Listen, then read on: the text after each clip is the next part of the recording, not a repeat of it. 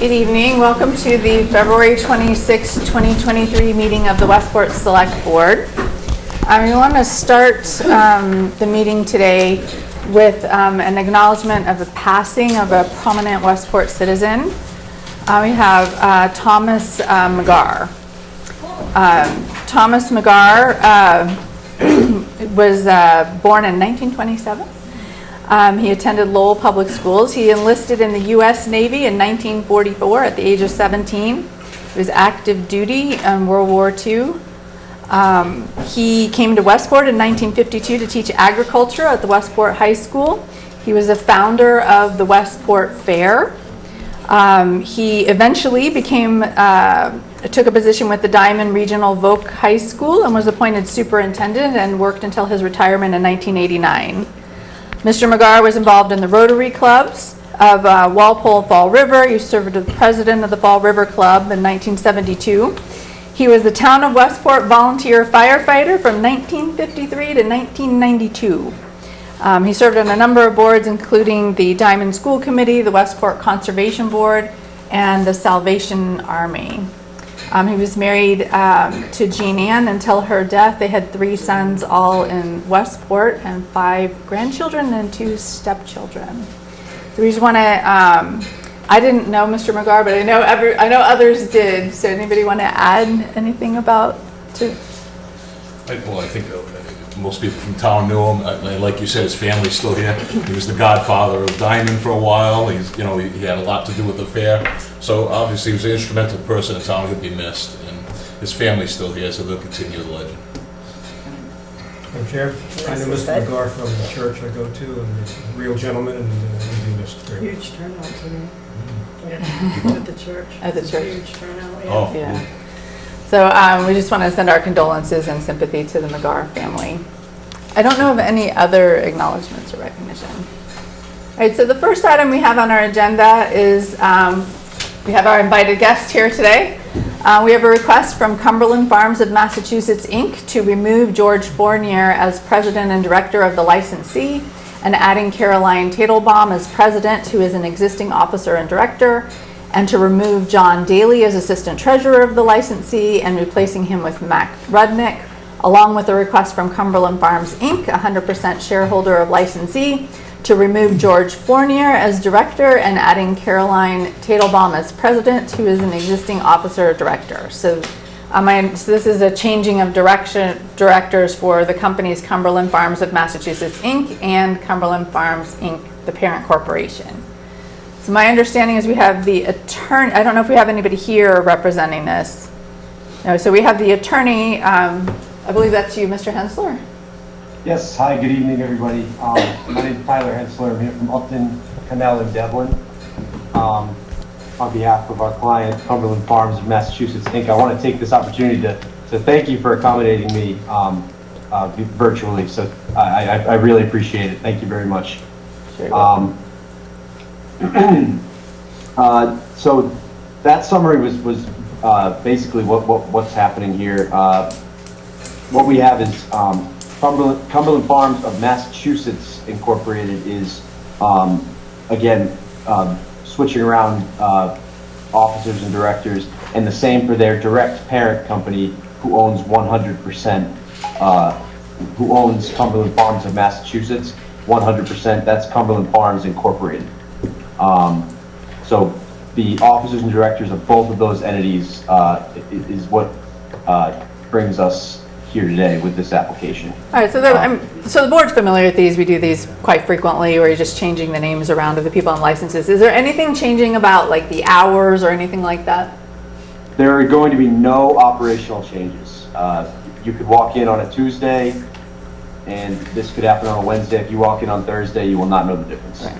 Okay, thank you. Does anybody on the board have any questions? I have a question. Yeah. In the package, it has an application regarding the Alcohol Control Commission, but how does that relate to our locations here? The state road sells liquor. Oh, state. Okay. All right, then that will explain it. And Paula, the paperwork is all in order. Everything is It's a very large amount of paperwork, all in order. But it's all good. Tyler's been great. All right, thank you. This is a public hearing. Is there anyone from the public that has anything to say about this change in officers? Seeing none. I'll move it. Second. So we have a motion and a second to approve the change as described. Is there any discussion? All in favor? Aye. That's unanimous with one absence. I think you're good now. Is there anything else you need from us? No, thank you. Thank you again, Paula. Thank you for all your help. You're welcome, thank you. The second item that we have on the agenda is an appointment and resignation. So we have a request to appoint Michael Yogman to the Climate Resiliency Committee. I myself am on a subcommittee with Mr. Yogman. He's been participating in the Climate Resilience Committee. I myself would recommend this appointment. So He's not moved. here, is he? No. A second. Is there any discussion? All in favor? Aye. Aye, that's unanimous. Climate Resilience Committee is looking for volunteers, so you don't have to be officially on the committee to join a subcommittee, so we're always looking for people. For 2B, we have a request from Elizabeth Collins to accept her resignation from the Housing Authority, the Affordable Housing Trust Fund, the Community Preservation Committee, and the Economic Development effective immediately. Motion to accept with regrets and send her a letter. I will just. So we have a second. Second. So I think we're going to have Ms. Collins in for a proper recognition, but somebody, I think Paula, got some histories I just want to call out. Ms. Collins has been on the Westport Housing Authority Commissioner for 2000 to 2023, so 23 years on the Housing Authority. We have from 2010 to 2023 on the Affordable Housing Trust Fund, from 2002 to 2023 for the Community Preservation Committee. She's been on the Economic Development Committee for about 8 years. She is a former selectman. She was a selectman from 2003 to 2006, and many, many other committees. She was Registrar of Voters for a number of years. She was on the Water Sewer Committee, the Arts Council, Public Safety Complex. She's really served in a lot of capacities for Westport, and we've been very fortunate to have someone like her. So I believe I would like to have a proper recognition of her service. Well, I believe this is her 50th year of serving Westport. 50 years. Either this year or next year. Yeah. So she's been really involved. So I'm sure it was at the heavy heart that she has resigned. We have an action item a little bit later on the agenda. One of the items, one of the positions that she held is an elective office. And so we are going to have a little bit later on the agenda to put it on the ballot. It turns out like this is like the last possible day. You can put something on the April 12th. Is it April 12th? The April ballot. So we're going to have an item to put that position on the ballot. So that's what I wanted to say. Betty, you said you wanted to say something. If you do, you have to go to a microphone. You already said it. Okay. All right. Thank you. Is there any other discussion? All right. Denise is the one that did that research. Oh, Denise did the research, sorry. I want to properly credit Denise. So we have a motion and a second to accept the resignation and send a letter, and we're going to also see if we can have an acknowledgement. All in favor? Aye. Aye. That's unanimous with one absence. The first action item we have is a request from the Bristol County Retirement System to allow an additional 2% cost of living adjustment. So I'm going to let Jim explain this one. Yeah, so the governor signed a new act, the Acts of 2022, into law, and this act allows local communities in the Bristol County Retirement Board to increase the cost of living adjustment for 1 year for the retirees, an additional 2%. This 2% is only on the first $18,000 that retirees make. It's not the full amount. It requires a 2/3 vote from the local boards of selectmen, and the retirement board must also vote on it. Bristol County Retirement Board must also vote. They have voted in favor. Two communities that I'm aware of that have voted in favor. I'm not aware of any community that has voted against it at this point. It's a 2% increase. There would be a cost to the town. If we have to share the full burden of that 2%, it could be anywhere from $380 to $400 per employee. Anybody have any questions? Madam Chair, yeah, we received some background material here, Jim, and this is outlining 4 different options. Probably needs a little conversation, because you have a base rate increase, and then there are a couple of iterations of percentage of increases on the cost of living. And you said something about voting against, but don't we get a choice to pick one of these or none? Are we voting against something that's already been... So we did receive an additional email, and the email said the only thing the local communities are voting on is the 2%. The other ones are voted on either by, I'm not sure if it's the state or the Bristol County Retirement Board. And that would be the increase from 18,000 to 20,000. There was a 3% increase as well as part of the 5. I did call the Bristol County Retirement Board, and she said the only option or the only item before the local boards would be the additional 2%. The other one, I think, is the advisory council. I don't know who that is, but they deal with the base. So we're just dealing with 2 of the 4 options, I guess, the amount of increase. Is there a recommendation, Madam Chair? A recommendation. From the town Do you have a administrator? recommendation? I'd recommend approval, but there is a cost to the town. I just wanted to point that out. But if it was based on the entire retirement amount, I think that would be a little different, but it's only a portion of the retirement, so 5 or 6% for the retirees is probably equivalent to a 2 or 3% for somebody's full salary. So I would recommend approval. Well, I guess what wasn't clear to me is, so this is a system that's doing this, right? So what happens, I just want to point out the only reason I would vote against this is money. We don't have money. Our budget is very tight. I don't know where we're going to get the money to fund this. I absolutely think probably necessary for the retirees. But what happens if, it says it has to be improved by 2/3 of the local boards of selectmen, right? So if we vote no, it could happen anyway, right? Yes. Yep.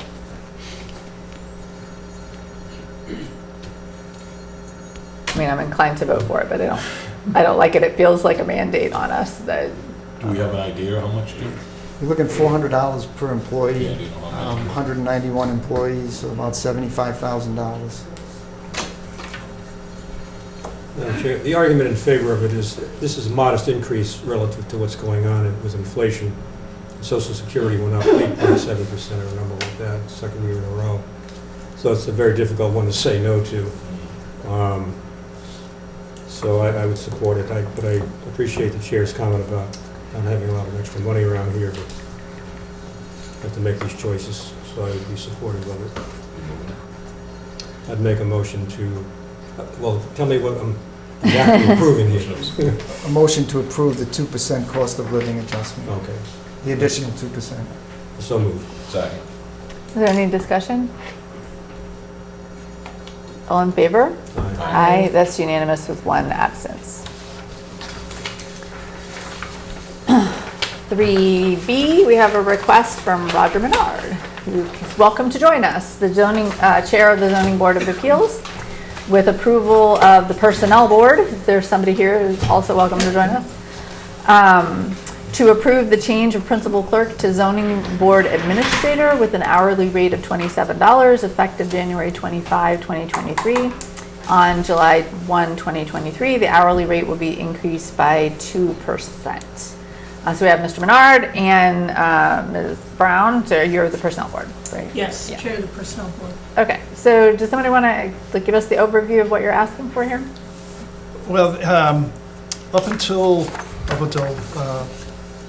now, we've only paid for a principal clerk. That's the rate that the person that we're talking about is paid at. The zoning board is made up of 5 members and up to 2 alternates. Our job as members is to attend the meetings and vote. This person's job is everything else. Our cases recently have been a lot more complex, which requires a lot of interface with lawyers, both the town lawyers and the petitioner's lawyers. Generally, during a meeting, then I would initiate a phone call with our town lawyer, but due to the Open Meetings Act, that's as far as I can go with it, because it would violate the open meetings. So at that point then, Maria would then take over and be the interface to all of our lawyers.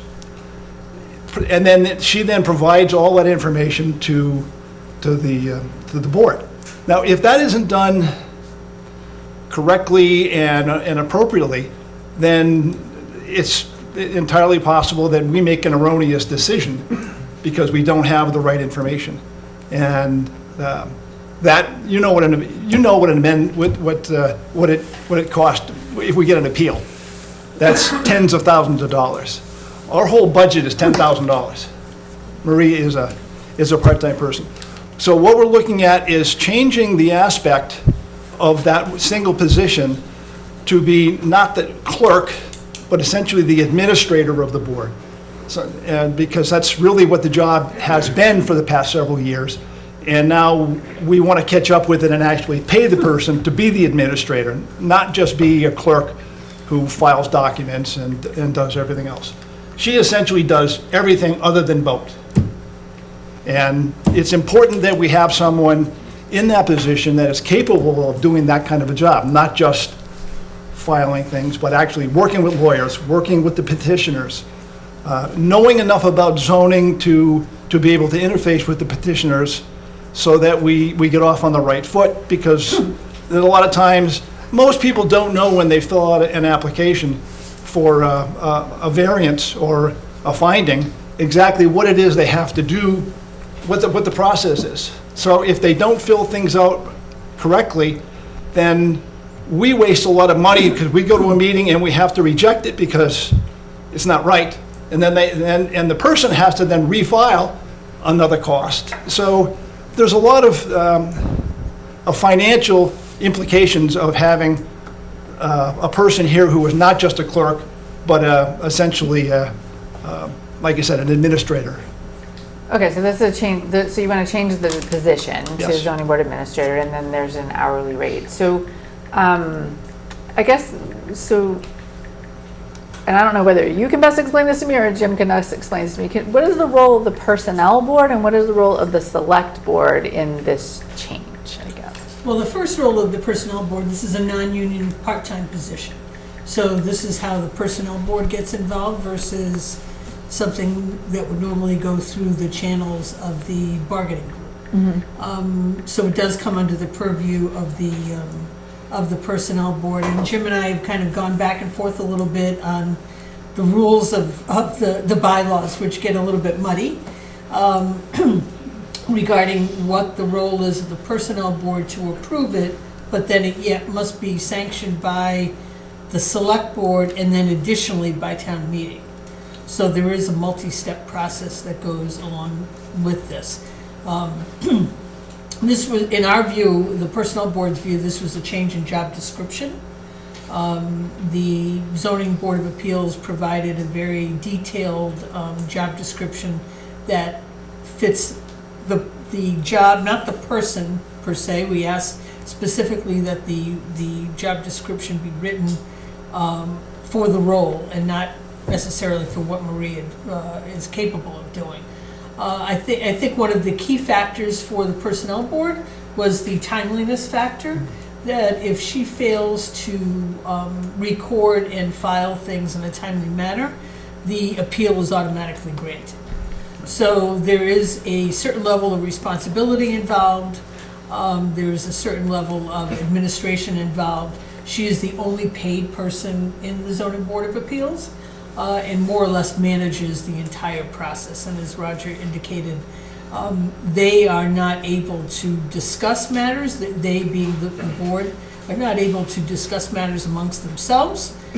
So she really has to direct that process on her own and is responsible for really the beginning to the end, where the board is the voting determining factor. So those are some of the factors that led us to approve the new job description as well as the higher rate. So I understand the job description change. I understand that. You're talking about I the personally process. understand that, the process and the rationale behind changing the job description. So I understand that part. Can you talk a little bit about where the hourly rate came from? I know you have asked, we have a warrant article on Right. the draft warrant to do a salary survey. Yes. So that we have a better understanding across, across the area with Right. salary. So how did we come up with the 27? It was really something in between. Quite frankly, the rate that was requested was higher than that. We did not feel comfortable going to the highest rate that was requested, but something that was along the lines of, I believe the administrative assistants in both the police and fire departments are in that relative range. So we put it somewhere below the top level of administrative assistant on the union scale, had a different job description and increased her salary proportionately to the job. So there wasn't a model per se, but it was a number that we felt was comparable to the description that was given. Tim, did you have anything you wanted to add in that kind of where the role of the personnel versus role of the select board? So, as Cindy said, it's muddy, our personnel bylaws. From what I can tell, the personnel board sets the classification and recommends that to town meeting, and they're allowed to enact those classifications prior to town meeting, and then town meeting would have to certify or approve that when the time comes, but it allows them to do that ahead of time. The Board of Selectmen is the appointing authority, and also oversees the budgets and the payroll, so the Board of Selectmen would have to approve the rate or approve the person in that position at that rate. The Personnel Board kind of sets the rate, the Board of Selectmen approves the personnel in that position. What is the existing salary? The existing Hourly rate. Geez, I don't know offhand, it's probably around 22 something. 22, I'm sorry, what was it? 22 something. 2245, Yeah, something like 22 and change, 2245. And it's part-time. Part-time, roughly 4 hours per week. This will amount to about $1,000 per year on the ZBA budget.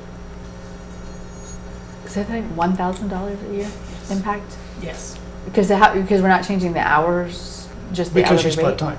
She's 4 hours per week.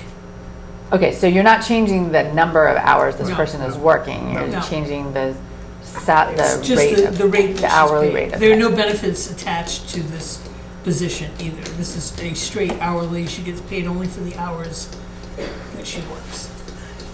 And this is paid for by the petition fees. We just did this 2 months ago. We increased our petition fees. We haven't increased them in 20 years. So the budget that we have of about $10,000 a year, it should be fully funded by the petition fees that we receive. So do we have an appropriation in the 23, what budget are you in right now? The 23 budget that we're in right now, could we absorb this within the existing 2023 budget? Do you have funds Yes. in your The current The budget that we have would account for an increased cost. The The current current budget year, in the the current current year, Next, not next No. year, currently? Current Because year. this says effective like last week, right? I believe, I don't know how much is left in our budget, so it's hard for me to tell, but the past 2 months have been very light for us, so I believe that there isn't, I mean, we're only talking a few months, so it's going to be like $300 or $400 maybe.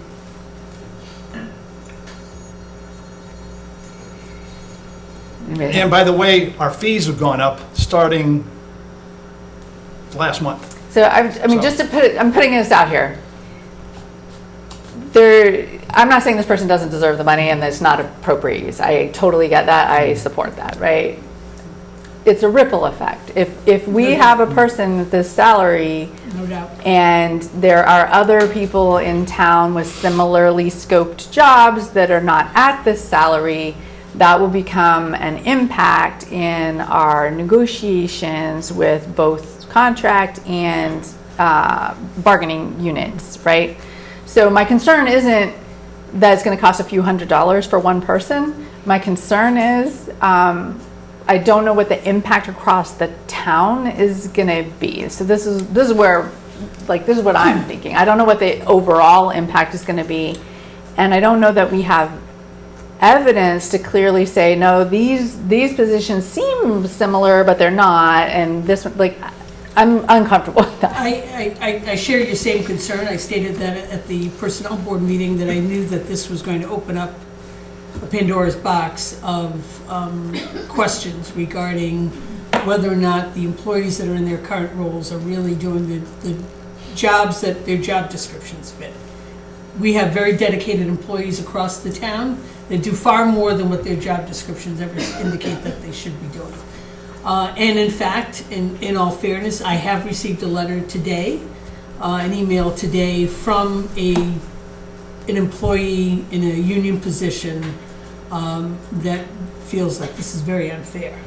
So that's for another matter, but I totally agree with you that I realized that it was going to create.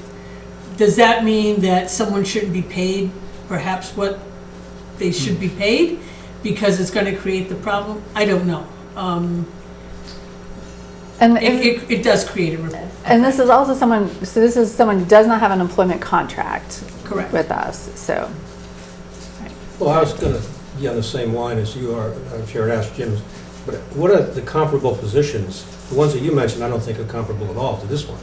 You're talking about the assistance to the police? Well, just in sense of responsibility levels, whether it be, the level of responsibility and who they report to.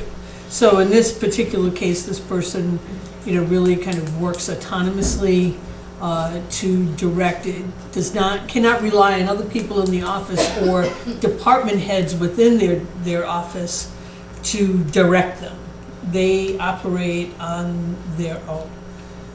Perhaps police and fire would be a little bit different. That's kind of where the salary range came from. It wasn't so much the duties, but that was kind of where the salary range came from. Certainly, the salary that was, the hourly salary that was selected was above that of what we would call a recording clerk for a part-time board.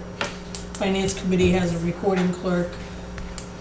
She's the only paid person for the Finance Committee, but we do not require the level of responsibility that the Zoning Board of Appeals requires for their clerk. So it's clearly a much different position because of what's involved.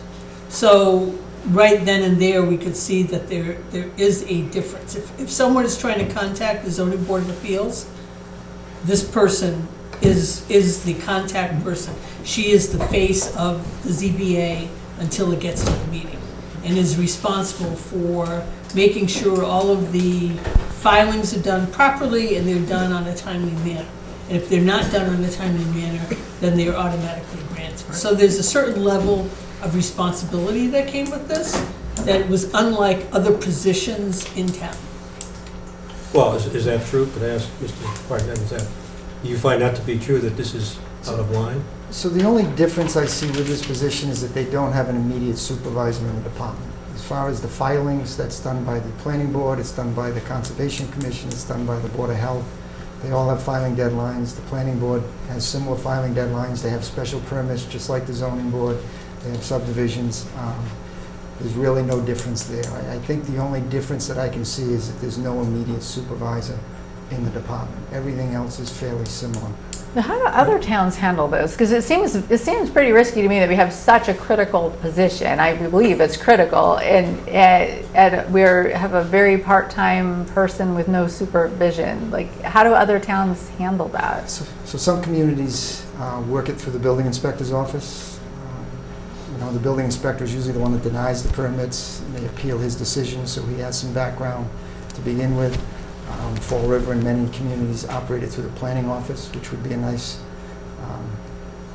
place to put that here as well. They'd have staff in-house on a regular basis that could help support. This is a little odd that it's just a clerk, but some of the smaller towns have a similar. And just remember, all the legal aspects of his job. like I said, if this job isn't done correctly and appropriately, the town is liable for appeals. And you, if anybody, would know what an appeal costs. An appeal is tens of thousands, if not hundreds of thousands of dollars. So keeping the members up to date with the right information and working with the lawyers is really paramount to us rendering a decision that would not be appealed. And if you look at our past history, we've actually done quite well, other than one major one that was going to be appealed one way or the other. We haven't had appeals, and that position is a very big part of that. So, again, I'm not sure whether it's Cindy or Jim I'm addressing this to, but what are our options as a board, right? We can, what are the various actions we could take right now? Would we vote to approve this? Could we vote to deny it? Would we delay and do a survey? Can we change it to a different amount? Like, what are the different things that might be potential things we could do tonight? I don't know if you can change it to a different amount. You could request that the personnel board consider a different amount and come back before this committee. But you don't necessarily have to approve it. It needs the approval from both the personnel board and the board of selectmen. As you can imagine, this was the issue. This was the issue that really prompted the personnel board's discussion for really wanting to have that salary survey done, because we feel like just over the years, things have just become so obtuse in various levels that it's time to bring everything back together. And perhaps there are recommendations out there to merge some of these positions or not. I don't know. But personnel board, no differently than many of the other boards, we're just volunteers, and we don't even have a full board. Yeah. So, we face these decisions in somewhat of a vacuum, that we're not always confident that we have the full facts. Yeah, I appreciate that. So what do we think? Well, if I could, I share Shauna's concern that we have to bargain in good faith with the other units. I And a understand. 20% hike on somebody's pay is an issue. Is there any common ground where we could creep up a little bit, do you know? The personnel board is certainly, open to that discussion. As I indicated to you, the opening request was significantly higher. We came down on that, and if it's the board's choice to request a different level, I'm happy to take that back to the board, and we can rework it. Well, I would make that motion. I'm not. Oh, no. Yeah, but we appreciate the ZBA's concern. You have a valued employee, and you're standing behind her, which we understand. We just negotiate with other bodies, and it creates like you said, a trickle-down effect. So I would ask that you would come back with a counter proposal. You need a piece of paper? So, I guess we need to give them some direction, right? So the personnel board has made a good faith effort. They've negotiated with the zoning board of appeals to try to figure this out. So I think that if we want a different number, we have to get different information somehow, right? Because we can't just say, hey, go pick a different Make it number lower, without like some direction or some information. I think we should get.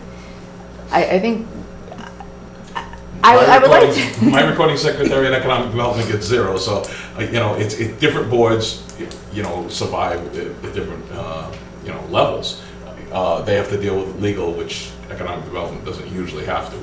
But Murray does all my legwork, 6 to 10 hours a week to help me out. So I just think we need to, if you want to do that, creep up and get some of the backup that supports us giving the raise. That's all. I agree with Dick that we can't compare the jobs to the police and fire. It's more of an executive job where they've got a bunch of duties, payroll, oversight of dispatchers, all that good stuff.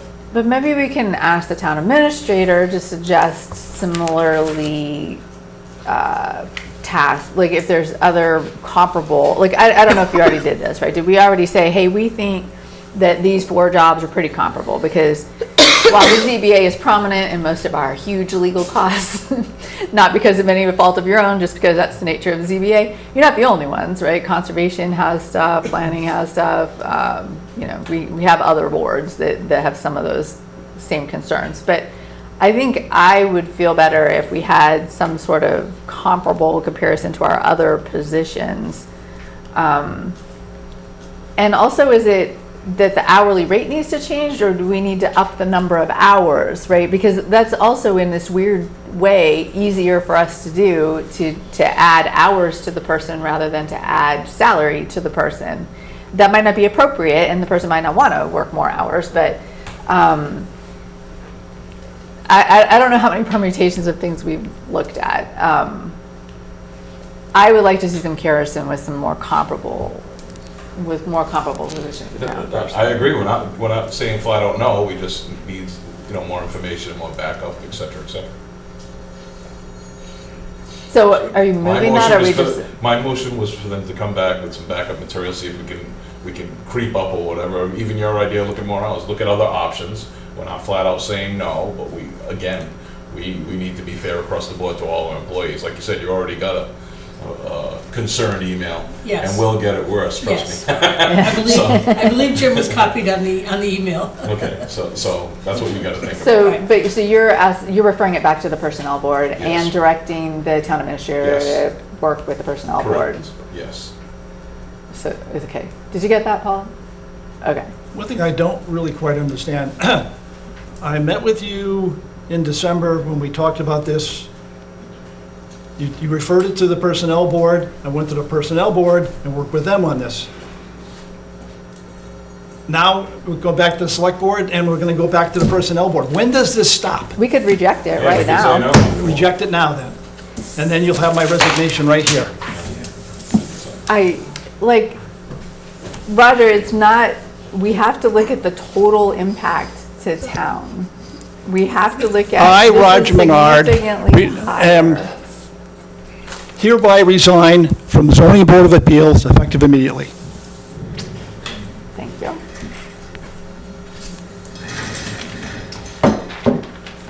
So we had a motion to refer this back. Do we have a second on the motion to refer this back? Second. Do we have a quorum on that board now without Roger? I know they were short. They have a couple They have alternatives, so I alternates. believe they do. They have alternates. But I do think it's important, if we're referring it back, that we make available additional information, because It was an arbitrary number. I will totally fess up. It was an arbitrary number that was somewhere between here and here. yeah. And we picked somewhere. And it might be exactly the right number. I don't know. I don't know. I don't know either. But I don't feel like I can justify making that change right now. Not for this one person in this position, I could justify it, but I don't know that I could justify it in comparison to all the other Absolutely. similar positions. And so I'm not against this. I'm not saying the ZBA doesn't need this or this person doesn't deserve it. I'm saying I have to be able to justify it across similar positions. And we can usually do that, but you can say, okay, this one has this responsibility that this other one It's a doesn't senior have. clerk versus a principal clerk. Exactly, versus- or like this person have these responsibilities this person doesn't have. So I think it's unfortunate. I understand why Mr. Menard is very frustrated with this. You're probably very frustrated too, and he's right. He's been before us numerous times talking about this, so I Well, we don't. didn't know the amount, though. Yeah, we. Correct. I mean, I believe, I was present the first time that he was here as well, and it was, really, you were giving him permission to come and seek information and approval from the personnel board. I certainly did not view that as your approval of it. I viewed it as your approval for him to pursue it. And this is the chain of it. So I think that it was just, Well, hopefully they'll calm down, because we got 2 weeks before we got to accept it. All right, Right. so we have a motion and a second to refer this back to the personnel board. We're directing the town administrator to make some additional information. Is there any further discussion? Are there any comments from the public? You can go to the microphone, just introduce yourself, please. My name is Nadine Castro. Do you need my address? No. Okay, Nadine Castro. So I am here because the job description was compared to mine, which is from the planning department. And I work 35 hours. I make $24.65 an hour. So I'm here just to say, okay, well, I thought that the 27 was a lot. I thought the $30 was a lot because I'm full-time. I've been working for almost 12 years in this, in the town. So I was just coming here to make sure that, it wasn't coming out of the budget. And I wanted to see if it was coming out of the fees, that if there were any other department that receives fees in, would we be able to take money out of that fee to, lift up or bring up the increase for the pay? So that's why I was just concerned and I wanted to listen to see how this was going to play out. Yeah, I think, and please correct me if I'm wrong, I think Mr. Bernard is correct. We just raised the fees and the ZBA kind of pays for itself because of through fees, but they're not an enterprise revolving fund. Right. And so technically, all of the fees from the ZBA goes to the general fund, and then the general fund funds the position. So it's not like the building inspection fees where they're coming in and going through a revolving account and going straight back out to the inspectors. So he's absolutely correct. The ZBA charges fees. We just up the fees. He's absolutely right about that, but it doesn't flow the same way. It flows through the general fund. All right, I don't understand that, how they take in application fees, but it doesn't go to the revolving fund like No, it everybody goes to the else's? regular town account. It's just like a parking ticket. It doesn't go to the police department. It goes to Right. the general fund. So maybe they should change that I to think go to the revolving fund. maybe, I don't know. but that wasn't the action. No. That wasn't the request before us tonight. Right. Right. Okay. Did you have anything else? No, I just wanted to know, if there were other departments that charge these fees that, is it gonna be taken out? Could the pay be increased? So there's a couple of factors. Anybody with an employment contract, anybody in a bargaining unit, it doesn't matter what the fees or where the money's coming from. That's just negotiated separately. We do have positions like the building inspection is the perfect example. The building inspection, the plumbing, the wiring, those fees come in, they pay the inspectors through a revolving fund. We have a revolving fund for the ambulance. We collect ambulance Master. fees. The harbor master has some wharfinger fees that come in and they pay for that kind of thing. The zoning board of appeals is not currently set up that way. It's not. So, but they're right. They do collect revenue for the town, and then that revenue is used to pay whoever town. Okay, thank you. Is there anything else from the public? All right, so we have a motion and a second to refer this back to the personnel board. All in favor? Aye. Aye. Any opposed? So that's unanimous with one absence. Sorry about that. Oh, thank you. Thank Thank you for you. being so patient. I know you're a volunteer on many committees. Absolutely. Oh, this is my favorite. Alas, Dick tried to serve on the personnel board, but we learned we were ineligible. Item C, we have a request from the town of Dartmouth to support a comment letter on the proposed Title V changes. Comments were due by the end of January. Just wanted the board to be aware of the neighboring town's request. This board will be quite familiar with the lengthy comments that we've already provided on this. So the town of Dartmouth requested it, but I think we've already missed the deadline. The deadline's passed. And we've already said quite a bit. We've had some people say that. Huh? We went to the live meetings. We went to the live meetings. We had pretty detailed requests to them already. Is there anything needs to be discussed on that? D, we have a request to sign the agreement for Bernadette Oliver as temporary town clerk. Is it temporary or interim? It's temporary. Temporary town clerk as of February 7, 2023. So we recall that Bernadette Oliver is retired. She extended her retirement. And we intended to contract with someone to serve as in an interim capacity for the town clerk, but that fell through. So Ms. Oliver has agreed to come back as a contract employee as a temporary town clerk to run the election. We need to have the current assistant clerk, I believe, is possibly going to be on the ballot, so couldn't run that election. So we talked about this the other day. I personally would like to thank Bernadette for extending and not going into retirement so that we can have a proper election, full retirement soon. Is there any? You don't need to say anything more, but I'll motion to accept it, move forward. Second. Is there any discussion? All in favor? Aye. Aye. That's unanimous with one absence.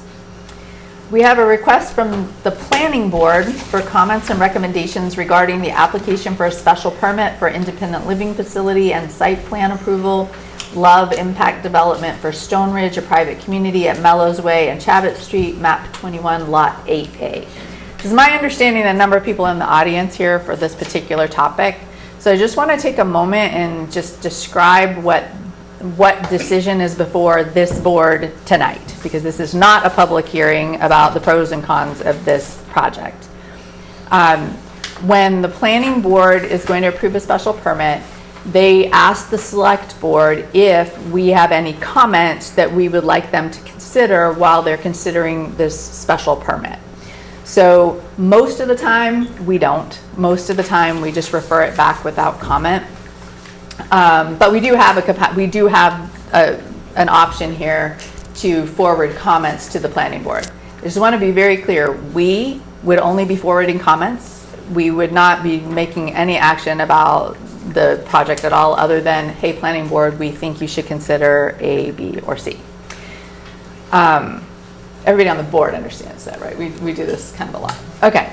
So, Jim, do you want to just give us I think I just gave the overview, but is there anything to add to what I just said? Just it's the applicant's proposing 29 single-family units with 5 duplex units on 15 acres of land. The developer built the development next to this property. I think many of the residents, some that are probably here tonight, had concerns with that development, and this development abuts their property. And there's some access questions and a few other issues that have been raised over the years. There's been some clearing on the lot. I think there's an enforcement order right now from the building inspector because some clearing was done without the necessary permits. But it still needs to work its way through the approval process with the planning board. There'll be a public hearing with the planning board where the neighbors will be given the opportunity to speak and express their concerns. That's all I have for you. Can I just ask you to clarify first before we hear from them? Are there any special permits, or it's not like a 40B or anything? But It's a special permit under their housing bylaw. Right, okay. Is there anybody on the board who had any comments or questions about Wait for this? the public.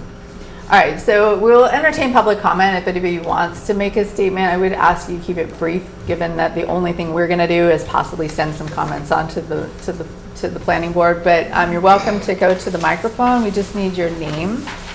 If anybody wants to have any comments, we should consider.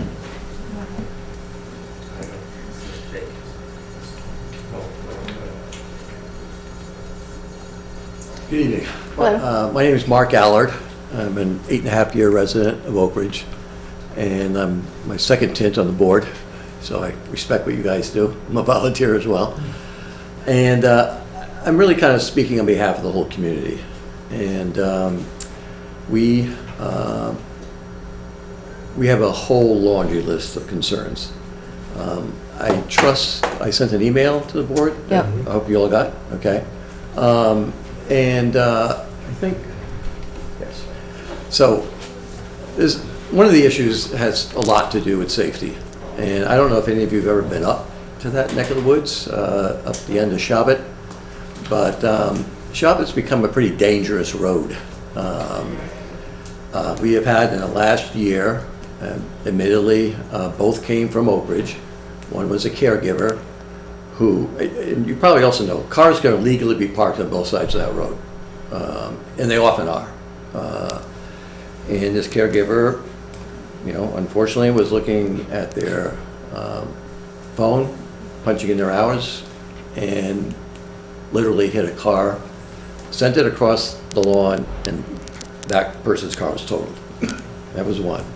More recently, one of the people coming out of Oak Ridge on a somewhat slippery road, veered off to the right, went up in a lawn, took off one mailbox, went across the other side of the lawn, took out another mailbox. Those are just the most recent incidents. The police were called in both situations. And I think there's going to be a movement afoot to get something else up there in the way of signage to help. What our understanding is, there has already been a temporary road put in literally adjacent to the road into Oak Ridge that the developer believes he has an easement to. We've done some preliminary legal work, and I think that in fact may be problematic. It may in fact go over some of our common property. Needless to say, no one's going to give permission for that to happen. So I think those are just the early concerns. And as Jim indicated, it's not just our community. This 15 acres, which has literally been almost clear cut now. There's very few trees left. The developer had to be called to the carpet about doing that. But it's abutted by not only Shabbat, but Briggs Landing and Lighthouse Lane. There are a number of concerns about water. We are particularly downhill, and virtually every one of our basements has had water in it at some time. Some of that's related to the fact that the foundations were not properly inspected. But even as recently as a couple weeks ago, we're getting water. Virtually everyone's had water in the basements. In the pre-application hearing back in early 2022, the engineer indicated, I think, quote, "We'll try not to add to any water problems in Oak Ridge." That didn't give us a whole lot of confidence. So that's just a thumbnail sketch. Again, we have many more concerns, as I know the abutting neighbors do as well. So that's all I'll say for now. Thank you. I've been looking at, I'm sorry, can you just say that for a second? So I'm looking at, what I have is like the diagram of the proposed site.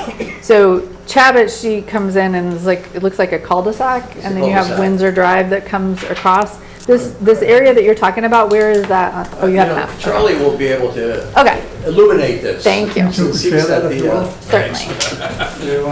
Thank you. I just did the Google Earth. Oh, yeah, so the site plan that I had cuts off at this little, okay. To answer your questions, Can you please just say your name for the my record? name is Charlie Sullivan. My wife Ruth and I live at 48 Shabbat Street, and if you look at this is a little diagram, folks. Right here at the cul-de-sac itself, our house overlooks that, and the entrance to the over 55 development. Our kitchen is in the front of the house, and I do the dishes. So you have a piercing viewing stuff. And I'm speaking primarily for the people on Newton Street, which as you see goes into Tickle, and the people on Shabbat, which comes off Tickle as well. The two combined locations, Shabbat Street has about 20 cars or more on it by actual count. The folks over in Oak Ridge, they have 43 units, so roughly, very guesstimate, 60, 70 cars. Would that be about right? Double cars for most households? Yeah. So we're talking about maybe 85, 90 cars that are floating up and down the street, along with all of the delivery units that we all are familiar with today, coming from Prime, UPS, flying up and down constantly. So this is a two-part presentation because that's what we're dealing with now. I've just gone down Shabbat Street and collected all the folks on Shabbat Street. I think one household wasn't interested. Everybody signed a petition to get speed limit signs posted on these streets, which we do not have now. I just had a meeting with Lieutenant Kuto in the police department, and we covered all of these points, and he's working on getting that established. The explanation on the little petition says, we have been experiencing delivery and personal vehicles driving at excessive speed, which property damage resulting and endangering pedestrians, and we're requesting a speed limit sign and so forth. The reason that I'm here is because every household that I went to, I heard a story about close calls. I heard a story about people terrified about the excessive speeds that are demonstrated both on Shabbat and Newton, because Newton Street, for all of this area, is the quick cutover to get to the highway. So they experience on Newton Street a tremendous amount of traffic as well, and it's moving very, very fast. Why are we concerned? Both these streets are the only two paved streets in that area that people can really walk on. So we have a tremendous amount of folks coming out of the over 55 who like to walk down these streets. We have a flipping of the neighborhood now with a lot of young families coming in who have little ones. So we have moms pushing baby carriages all the time. We have dog walkers by the dozens. So all of these folks are at risk. Mark has already talked about, Ruth and I had the experience of our home experience, both of those incidences that Mark talked about. The young lady, 21 years old, coming off health aid duty, looking at her phone, texting her time to her employer, drove directly into my car park in front of my home and totaled both cars. The police report said moderate damage. No. The gentleman that we talked about regarding coming onto the icy road, I would happen to be doing the dishes for Ruth. You're welcome. And I actually watched the car come out of the turnaround. The gentleman lost control about here, climbed up the bank, took out a steel post that was cemented in completely, ricocheted off to this house across the street from us, took out a cedar post that was cemented in completely, and then finally got control a couple of houses down.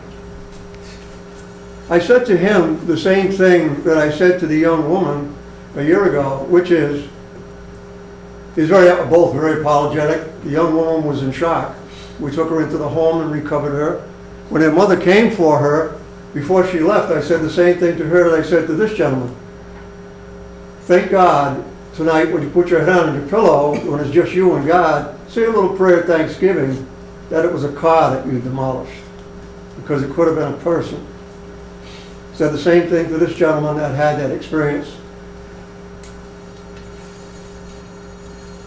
There's no question in my mind, the volume of traffic we're dealing with here now has to be controlled and is out of control.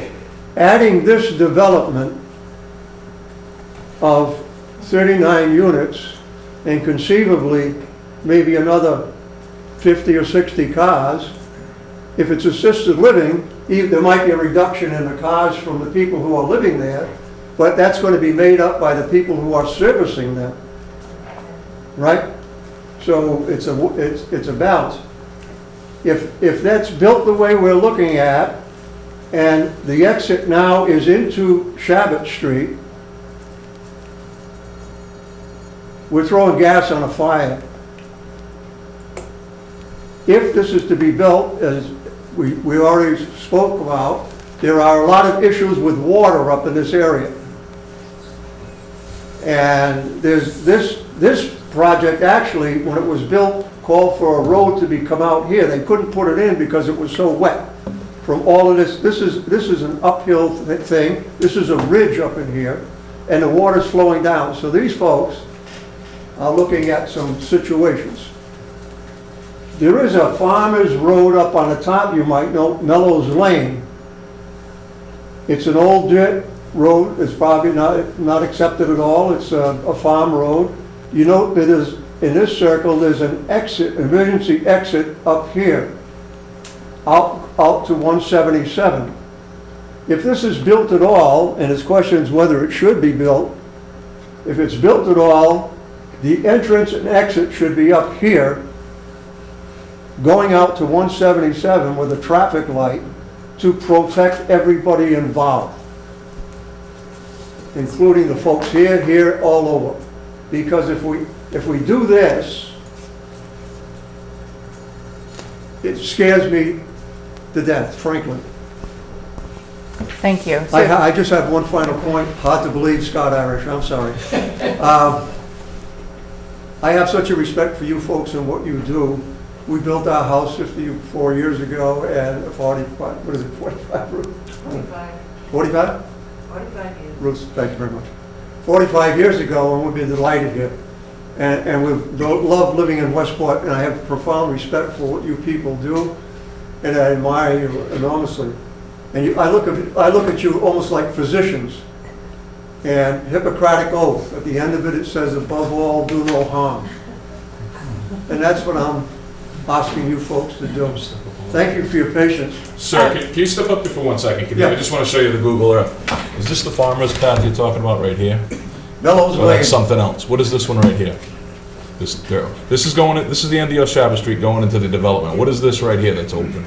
Is that the farmer's path, or is that a pipeline, or what is that? Let me make it smaller so you can understand.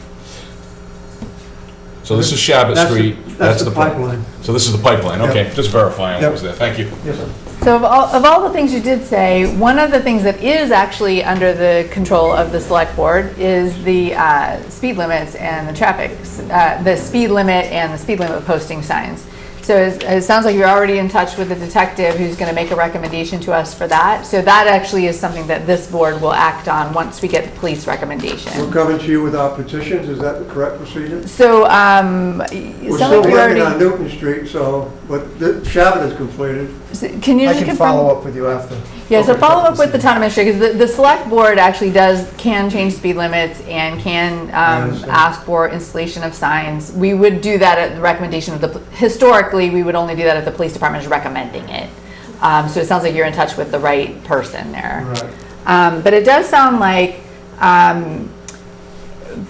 summarizing, but very, very summarizing what the two of you have said so far, that you would like us to send comments to the planning board with concerns about the water runoff and situation and impact on the area, as well as the traffic and congestion and traffic flow. So those are two elements that you would like us to express concern to the planning board. Will Rich agree with that? Yeah, I just want If you're going to talk, you have to go to the mic. We can hear you okay, but the Yeah, I get TV. it, yeah. I just want to say, in our development, our speed limits are 50. So Charlie and I have gotten to know each other pretty well. We totally support whatever is done for safety reasons. And I also want to add that, we just covered the, real minimum, that because of these pre-application hearings that have gone on over a year ago now, the planning board did make the comment that with all the development going on in Westport, that the building inspector is really stretched thin. And for a development of this magnitude, which really has a lot of hoops to be jumped through, and our particular development, as Charlie indicated, with all the pedestrian, we have no sidewalks in Oak Ridge. It was a primary reason for the approval of the low-density development. Ignored. So where do people go? They walk down Shabbat, they walk down Newton. Lo and behold, Briggs Landing has lots of sidewalks.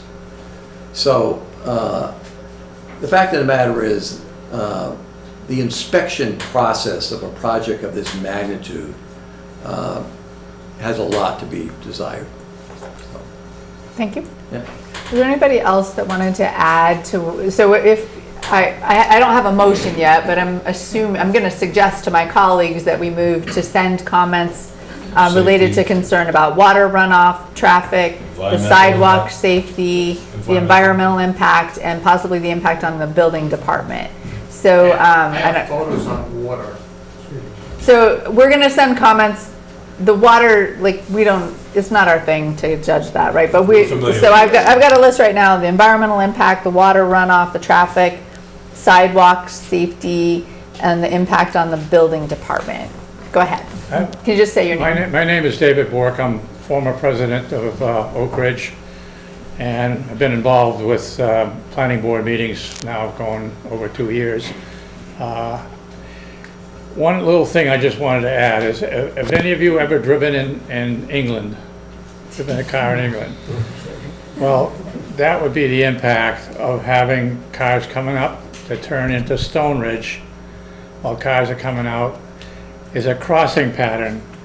You'd almost have to put in some kind of cul-de-sac, or not a cul-de-sac, but Rotary. a rotary of some type.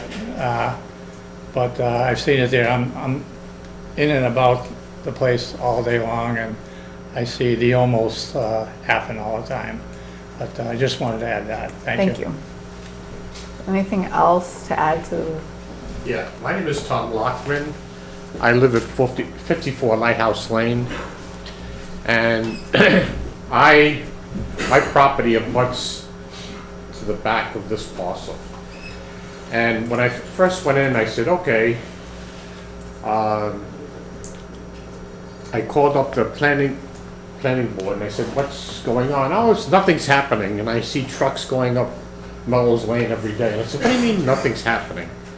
I said, they're doing a lot of work out there. Isn't there a permit or a hearing coming up? Oh, no, there's nothing going on. And I'm like sitting there going, well, why hasn't somebody got off their ass and looked? I said, there's plenty of going on. So I have a real concern about what's happening. And on the 26th of January, we had rain the night before, and I wake up, my yard is flooded. So before this whole development started, I went up and I looked at the property and I said, oh, no sweat. It's going to be running downhill the other way. And there's a road that went across the southern boundary of the property down towards the community down below. And then the road took a right, it was a dirt road. And when they bulldozed the thing flat, but they cut off the road. So what they've done is they've reversed the water flow. Instead of going down, it's coming out on Lighthouse Lane now. Okay? And I've got pictures, I'm not going to bring it up tonight, but the whole place is flooded. And if somebody said to me you did a perk test, I would say, prove it. Okay? I would question the perk tests. Because I know when the perk tests were done, they were done in August in the middle of a drought. And right now, the place is just flooded. You couldn't walk in there without sink. Okay? So, there's another problem of water.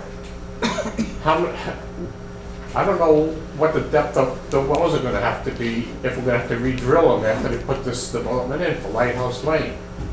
Okay? And when I looked at this, they have these septics that are 2 houses on 1 septic, and I'm having a problem with, well, how can those septics work if there's a water problem up there? Okay, so I have a problem with septic water, and I really have a question. I had Ralph up, and he admitted, I showed him the pictures. He said, no, you don't have to see it. Show me. I saw the water coming across Melrose Lane. And somebody made a proposal, well, they go out Melrose Lane, but the problem with Melrose Lane is, when you come down Melrose Lane, there's a wetlands further down on the property going towards 177, there's 10 acres. And that 10 acres of land has wetlands in it that carries over back to some of the yards on Lighthouse Lane. And the road is only 12 foot wide at most.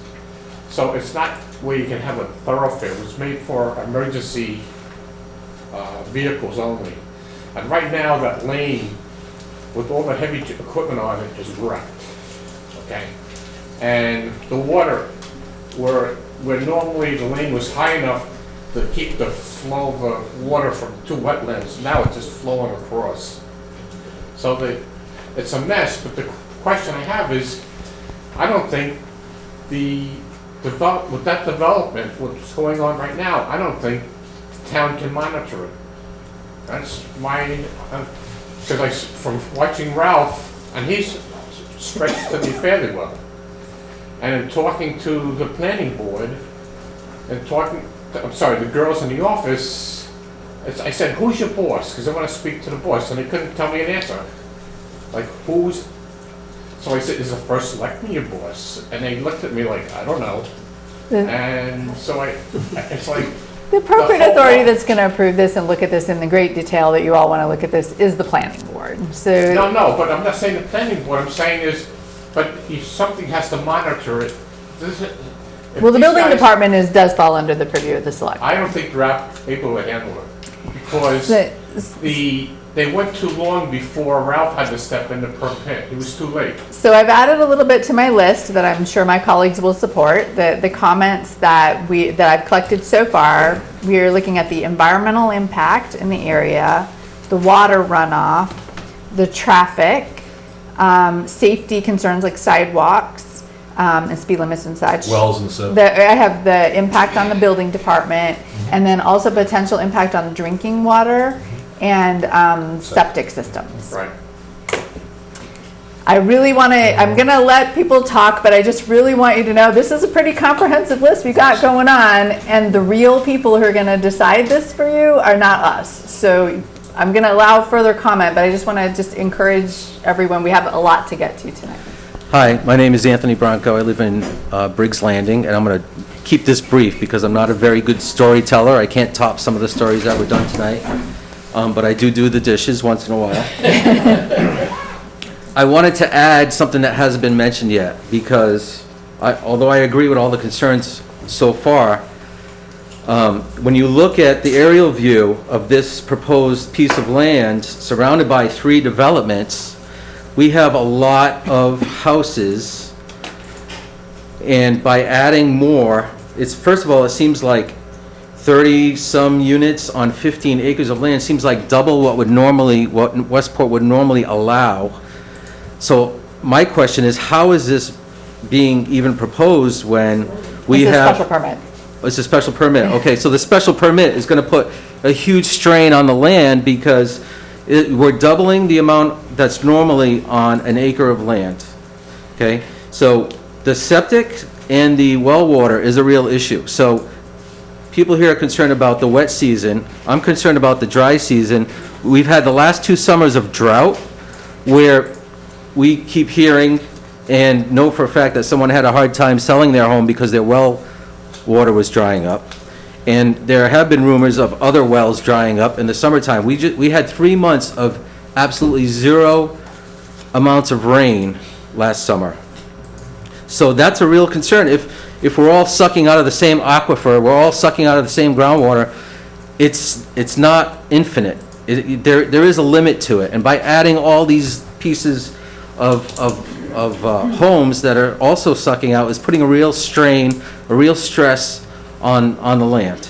And on top of that, we all know what the Mass DEP is asking and looking at us to do with our septic systems. And so here we go again. There's another piece of the puzzle that seems to be a real strain on the piece of land on this development. And also, it just seems that when you look at the aerial view, it's really tight to try to fit all these houses in that area. It just doesn't seem like a smart area to do it to. Thank you for showing that. We're basically surrounded by developments, on all sides but one. So I've added to my list, so the drinking water is the quality of the water, but also the availability of water to the neighbors. And then just general congestion, on the impact of that congestion on the site. Yeah, and also the septic. Right, the septic I already had. I had on my list. Okay, great. So, Thank you. thank you. Is there anybody else who has something additional to add, given I already have a pretty lengthy list of comments? You have to go to the microphone if you're gonna. I do need to, we have, so while he's doing that, I just want to encourage people. We have a lot of people here for one issue. I think it's great. You deserve to be heard, and I think it's awesome that you're here. It's been my experience that when we have people here for an issue like this, that the moment we vote, most of you will walk out the door and leave. I would like to encourage you to stay, because right after this, we have a really important discussion on the fiscal budget and the stability of the town budgets. And so it's fine if you leave, it's a free country, I'm not gonna force you to stay here, but I really wanna encourage you to take this kind of interest in the operating budget of the town, because we can't do any of this. The stress on the building department, the stress on the planning department, the stress on the police department for enforcement, all needs town operational budget. So I'll get off my soapbox now. Yeah, Please, one other go point ahead. I want to make is that it says 15 acres. But if you look at it's bifurcated. The property has the right-of-way of the gas company going through it. It's splitting it Yeah. off. So if you take the parcel on the other side of the building, it's really Yeah, not it's usable. smaller, yeah. So if you realize it's not really 15 acres, it's probably 13 or 12 and the number of houses. Yeah. So you're playing with, Pipeline impact. you're pipeline. playing with your denominator.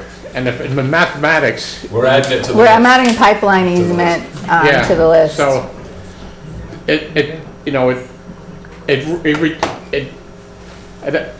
what I'm trying to get at is it makes the compactness of the unit and the number of houses on a smaller piece of property than 15 acres. That's the point. Thank you. I can one more time, but I really want to Yeah, I really end discussion appreciate on this your patience matter. with this. I have to preface it, I was a clinical social worker for my career, and I also ran a consulting company with employee assistance programs. I'm sure you're all familiar with the phrase aging in place. Well, people who moved into Oak Ridge are aging in place. And consequently, from my perspective, it's not just my opinion, but noise is a very prominent factor in the well-being of people. And so we have people who are literally dying and with caregiving support. And even already over the course of the last 2 years, when trees are being cut down with chainsaws at 7 o'clock in the morning and then rocks being picked up and thrown into, dump trucks, these folks aren't sleeping. And if you think about the impact, I'm sort of looking at big picture here. It took 7.5 years for Oak Ridge to be built. So let's think of, we are primarily now 70s, many people in their 80s. Let's think about, maybe you can think about yourselves, or maybe if you have parents that are elderly, what would it be like to live out the rest of your life with noise every day for 7 years? That is not good for people's mental health. I think that's a good point. So we will add the impact on the residents with the noise and the congestion and the ability to, I don't know if we can do much, but we'll put that on the list. That's right. It's just, it's a big picture issue. It's really about values. What do we value? I really, I would like to stop discussion on this matter unless someone on the board has, you've been waiting, okay, go ahead. This will be the last one. I'm sorry, but I think it's a different concern. My wife's a business owner. I'm at 66 Lighthouse Lane, Greg Lima. You can look at the map. I probably share one of the more substantial borders with the new project that's going in, a sole owner of the very end of the cul-de-sac at 66 Lighthouse Lane.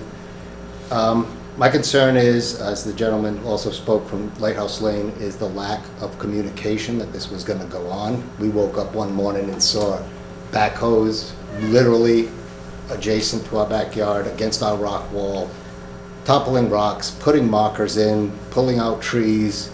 Didn't know what was happening. Very sad day. A lot of photography is being done in that backyard right now. And again, obviously, as the owner of the property, I wouldn't rather not have a development behind there. It's pretty obvious, as anyone wouldn't want more houses in their backyard where there once was what appeared to be forestry. When we moved in 2005, we built the house. We were told that they could never build back there because of the pipeline, the gas line that's back there. They'll never be able to put houses on top of it, which is technically true. Can't put a foundation on there, but you can kind of put houses on either side, dotting, and they did with Duval Street. We've seen the development go on, and they came very close to our backyard with Duval Street alone. My concern is the quality of the folks that are actually doing the work. The surveying that's been done so far is any indication of what the construction's going to be like the next several years. It's not going to be a good time for us. This was to be our forever house. My mother-in-law lives with us, family of 4. And I'm just not so sure we're sold a bill of goods. It's Westport. My wife's a townie. I'm from Somerset, Massachusetts. Originally, we lived in California for 10 years prior to moving in 2005. And it's just turning out not to be what we expected it to be. With this other development, we had one last wall of trees in our backyard, and now that'll be gone too. Again, a very personal issue, not necessarily a water issue or some of the other issues that are very well founded that have been brought up already. It's more about the quality of the work that's to be done, And what exactly is going to be done, we don't know. And I'm not even so sure if this special permit's been granted yet. It absolutely has not been granted okay, yet. so, They're going to have a public hearing. Public hearing, I'll probably be there as well to express my concerns. That would be the appropriate place to Yeah, express so all I of do these appreciate your concerns. build-up All of these to what it is concerns, the about, so. appropriate forum is the public hearing that they're going to be having. But I appreciate But your I did time. I'm adding to my list based on your comments, communication with the abutters and the neighbors about what's going on and the quality and accuracy of the work that's happening down there. Privacy buffer. The privacy. Privacy buffer. And we'll add privacy to the list. There you go. And I Add am it to the gonna, list. Jerry's- Jerry, you've been here forever, Jerry. You know. He's given a lot of blood, sweat, and tears for this town. Jerry has been 50 years volunteering for the town, so Okay. you can have the last Jerry word. Catino, 110C Petty Lane in Westport. One thing that I heard earlier that I didn't hear you note, and that's a potential legality or lack of legality of that Mellow Lane as a egress. And I'm sure that'll come up in the planning board hearings.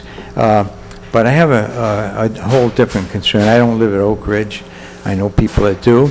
But a couple of things I would just like to bring out into the surface.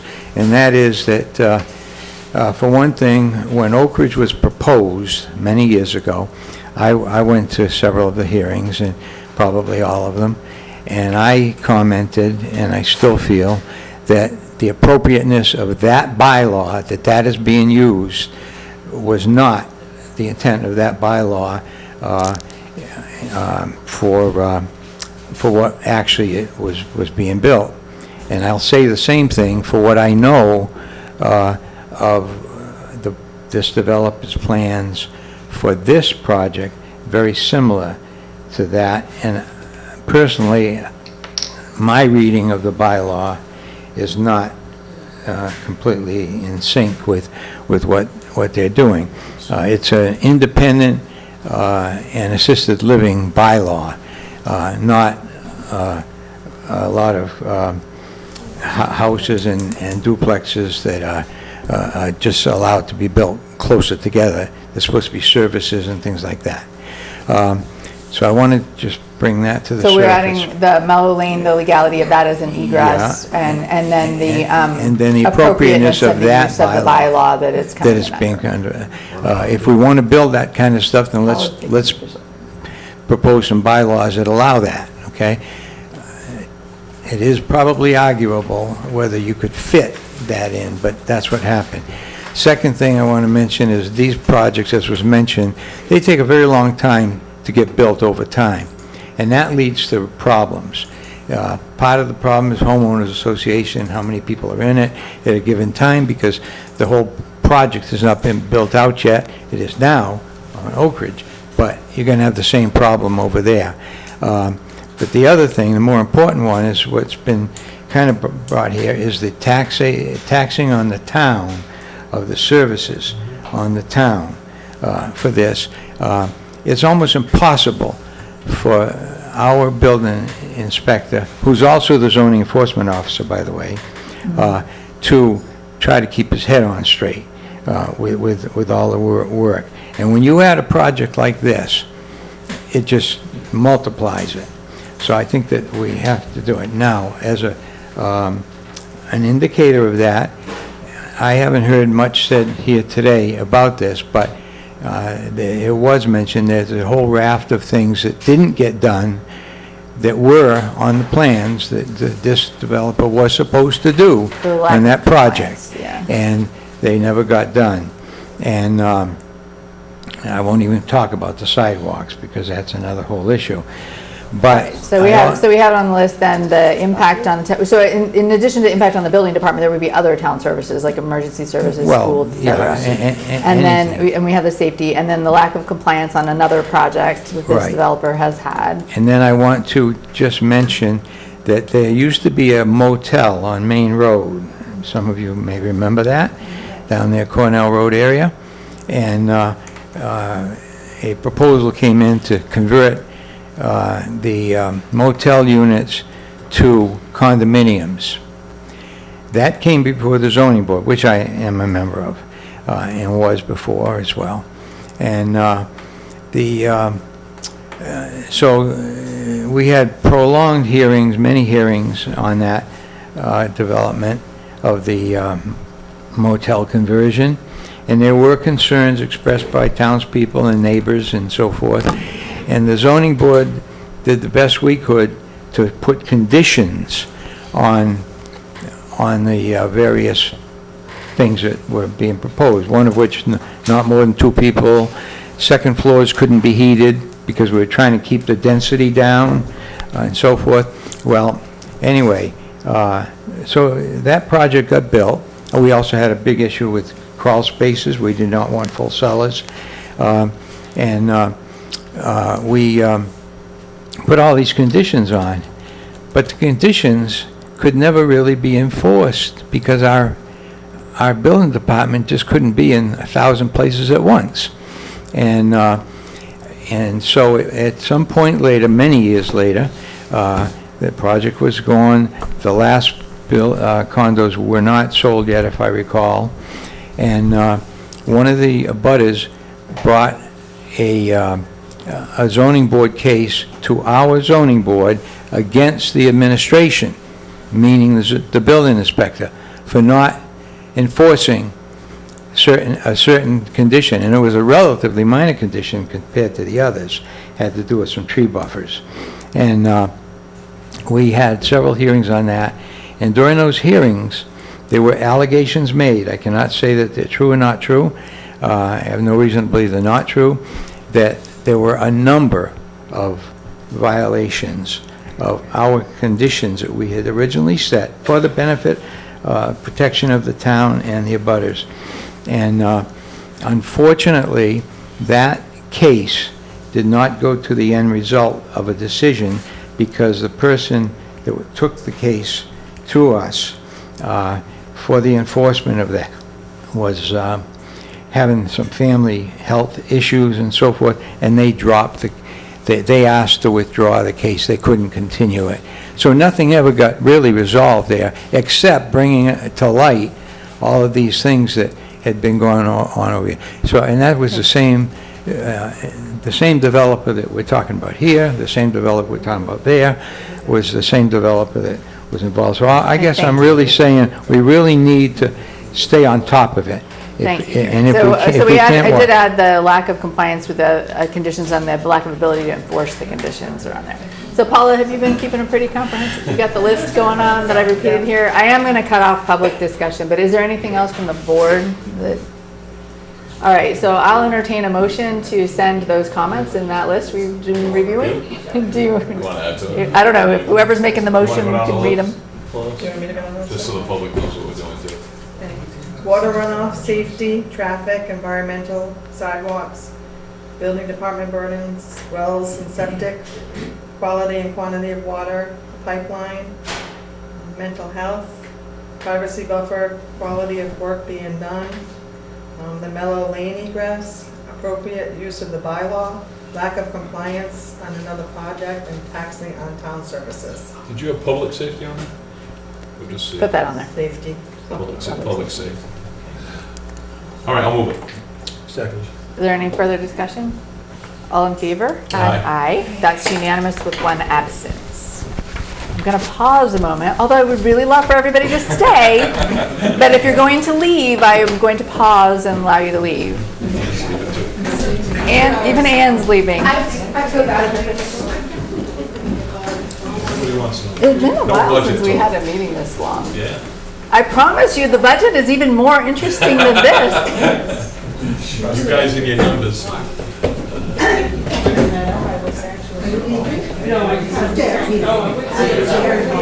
Cindy can't leave.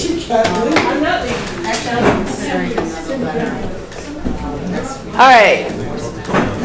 Yeah. All right, so we have, I'm going to have to ask for quiet now so we can resume. Anne's not here, but I think we can. So F. We have a request to file a notice of election for unexpired housing authority vacancy. So as we mentioned earlier with Liz Collins' resignation, she was an elected official on the housing authority. If we announce today a vacancy and submit to the town clerk, which the town administrator has made arrangements to do, we can get this position on the April ballot, so that we wouldn't have to have an interim appointment till the next April. So we've already kind of made arrangements to do that. People could pull papers starting tomorrow. You can pull papers. There's a number of vacancies on the April ballot.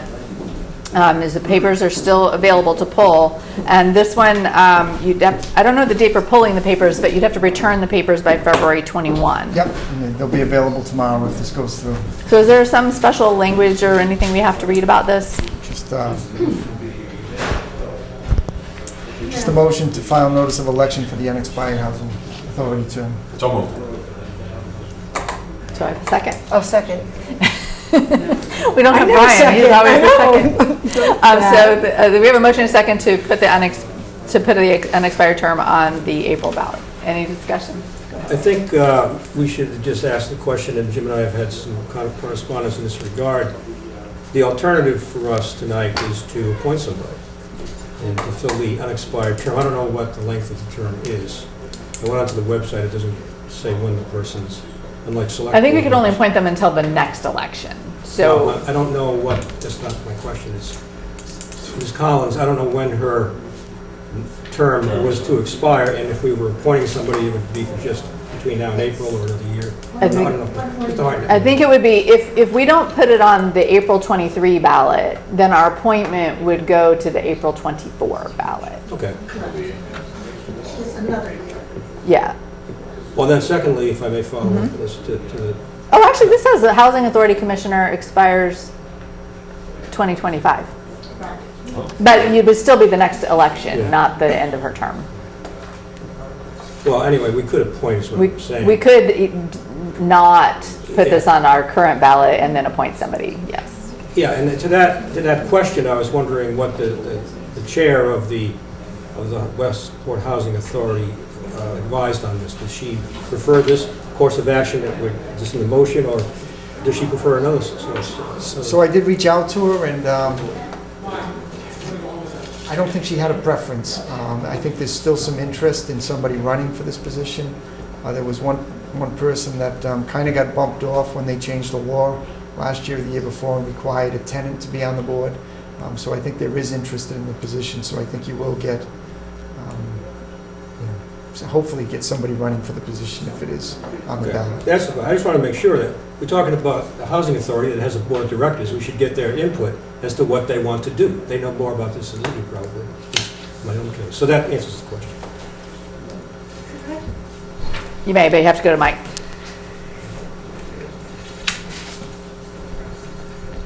Betty Slade.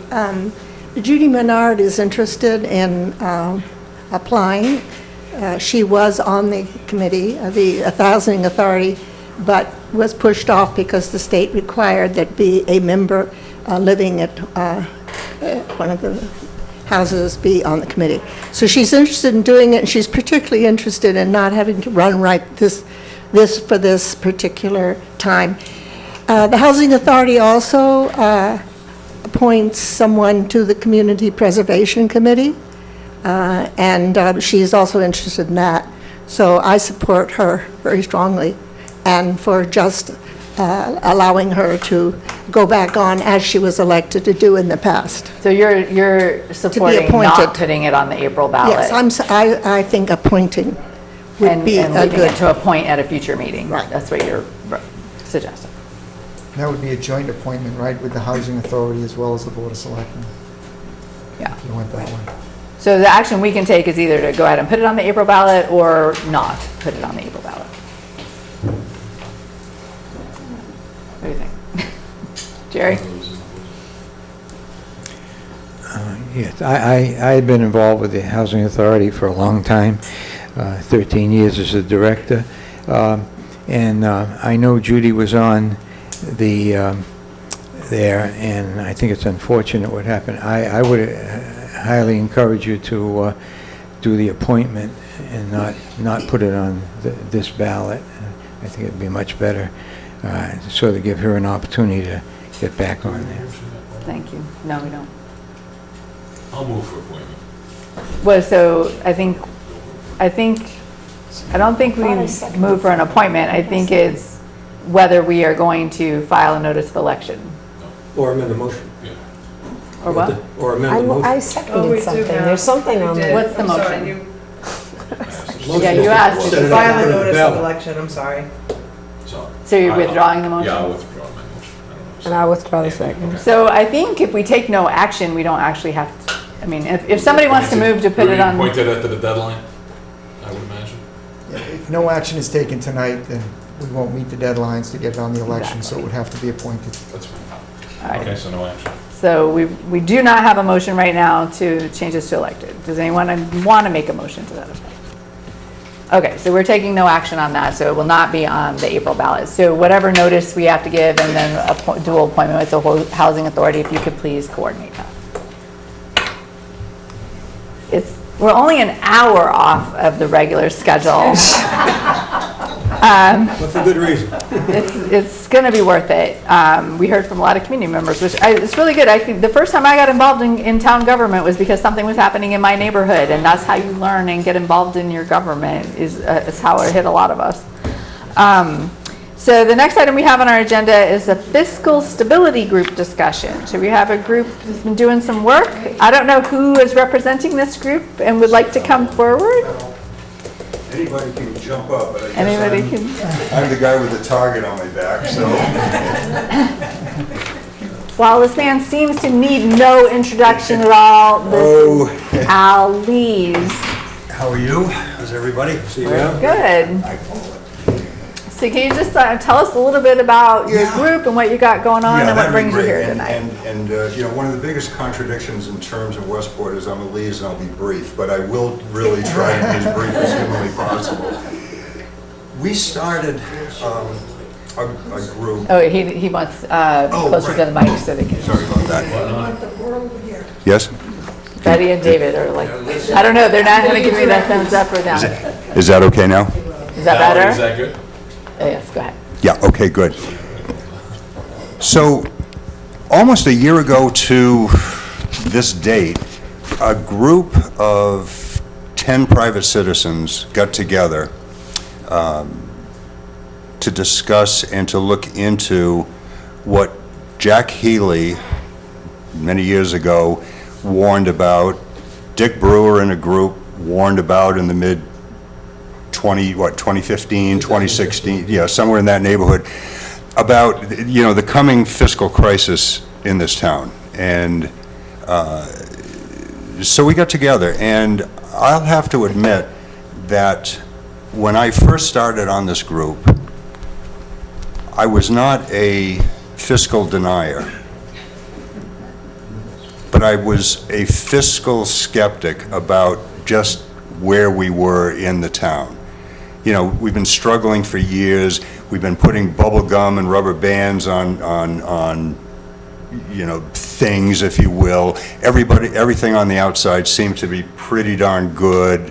But the infrastructure, which was kind of hidden from the public view, continued to slowly crumble. So over this year, which literally has been, the group of 10 of us have done a deep dive into the numbers. We've done a deep dive not only into how the town expends money, but more importantly, how it generates revenue. And, you know, what is our results, if you will, are in this 20-page document that we submitted to the board that we would hope that would be posted on the town's website for anybody to download, pick apart, question, send us comments, start the discussion. But it's clear from our research anyway, the Proposition 2.5, at least currently with the you know, the fiscal situation that we're in and have been in for a number of years, is not keeping up with inflation. It's also clear that the Commonwealth of Massachusetts is an unreliable financial partner. and I'm being, for the benefit of the committee, I'm being quite kind. All right, so We've heard stronger language out of the place. during our weekly meetings, which it was every Wednesday at 8 o'clock in the morning, there was much stronger language, but it is very clear that they are not a reliable partner. Westport is designated, and I don't know the exact term, I can't remember the exact term, but we're a minimum aid community, according to what the state is. We get underfunded on a variety of things and have been over the last 15 years. I'm not telling you anything that you don't already know, but I think that it is important for the people of the town to understand, just like I had to come to the wall with this, that we are in a position right now where we have kicked the can down the road, we've patched up as much as we can, and we have no choice, at least as far as our committee sees, to recommend, which we have had a number of recommendations in this report for the select board, but to recommend to the select board that at your earliest convenience, we go on record to say that we need to go for an override of no less than $3 million, which will not solve the problem, the long-term problem. The $3 million will keep us level funded for 3 or 4 years, maybe 5 if we're lucky. But I want to sit up here in front of everybody in this town and say, I'm not a liar. Somebody's going to be coming back, probably another group, in 3, 4, 5 years for another override, unless something really changes on the external side of the funding. And there are going to be other demands on the taxpayer of the town other than the override. I mean, it's just the way that it is. But we have no choice. We've hit the wall. And so I just want to, kind of give you that preface, and you have the report. I would, hope that you would put it on the website so that we could, people could download it, and I'm here for any questions. And I would ask that the members of the committee behind me jump in if I stumble, which is, at this time of night and at my age, is probably possible. So I don't see the report in the drive. Is it in the drive? No, it was on the table. Oh, it was in my. It's not 10, you said how many pages though? there's an executive summary, and there is a. I got this. I got a super summary. Well, But it's not. I don't That's see all it you in the printed. drive either. Is it?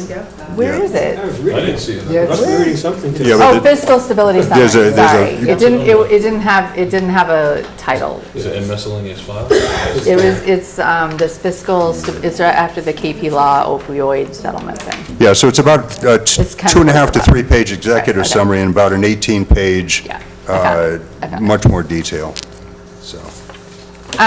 Thank you. I appreciate the work that you guys did, and I was in that group with Dick Brewer many years ago with you. That we kind of saw it. It's kind of, but I think I really appreciate that you all took so much of your time voluntarily to really look at it, because I think people aren't hearing it from us, or they think that we are some special involvement or interest here, and I really appreciate the time that your group take to really look and detail, and I'm looking forward to I didn't read it in advance, but I'm looking forward to reading this.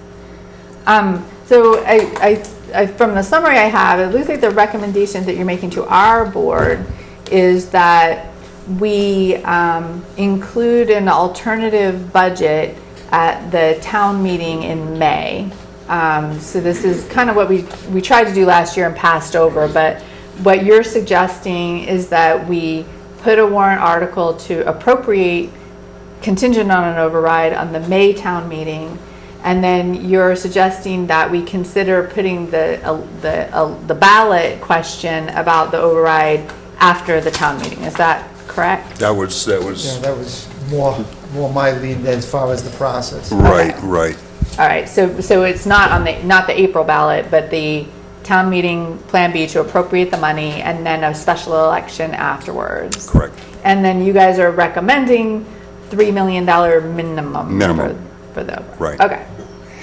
And one of the things, and of course, we could go on for hours and hours and hours about what we have lost in this current budget as far as underfunding, and what we will continue to lose.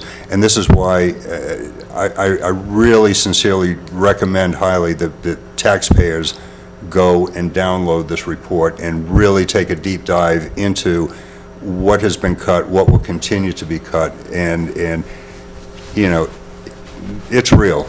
I mean, it is real. It's not.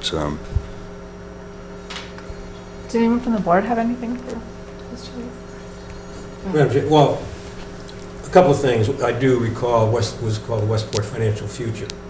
When I read the report today, I was impressed, and it takes Westport Financial Future to a new level. And to me, it was very gratifying. In substance, the same conclusions, although Westport Financial Future didn't take it to a conclusion. For whatever reason, we just outlined the problem, knowing that this was going to be discussed again. So I applaud the entire committee and you, Al, for doing this. I think it's a wonderful piece of work. I think we do have an educational role here. I mean, we did have an article for discussion at the last town meeting regarding an override, but then we didn't go forward with it. And I think that was wise. This, I think, really sets the stage, and I think people will read it and be interested. And we know that there are real consequences. But it's totally consistent with what we've been talking about here. I know Jim recently put some exhibits up that showed, you know, an override, and maybe not spending all the money at once and putting it out in over a period of several years. Correct, right. Which I think was prudent. So, speaking only for myself at the moment, I believe we're totally in sync with what you're asking, and this would not be hard for us to do. Well, thanks, Dick. And one of the things in this report is that part of our commitment, not recommendation, but commitment as a committee, is to reform in a variety of ways to continue the education process, to meet with groups, both sympathetic to what we're saying and groups that are totally against what we're saying. I mean, you know, it's up to, ultimately, I believe it's up to the taxpayer to be educated and to decide. It's not, we're not dictators.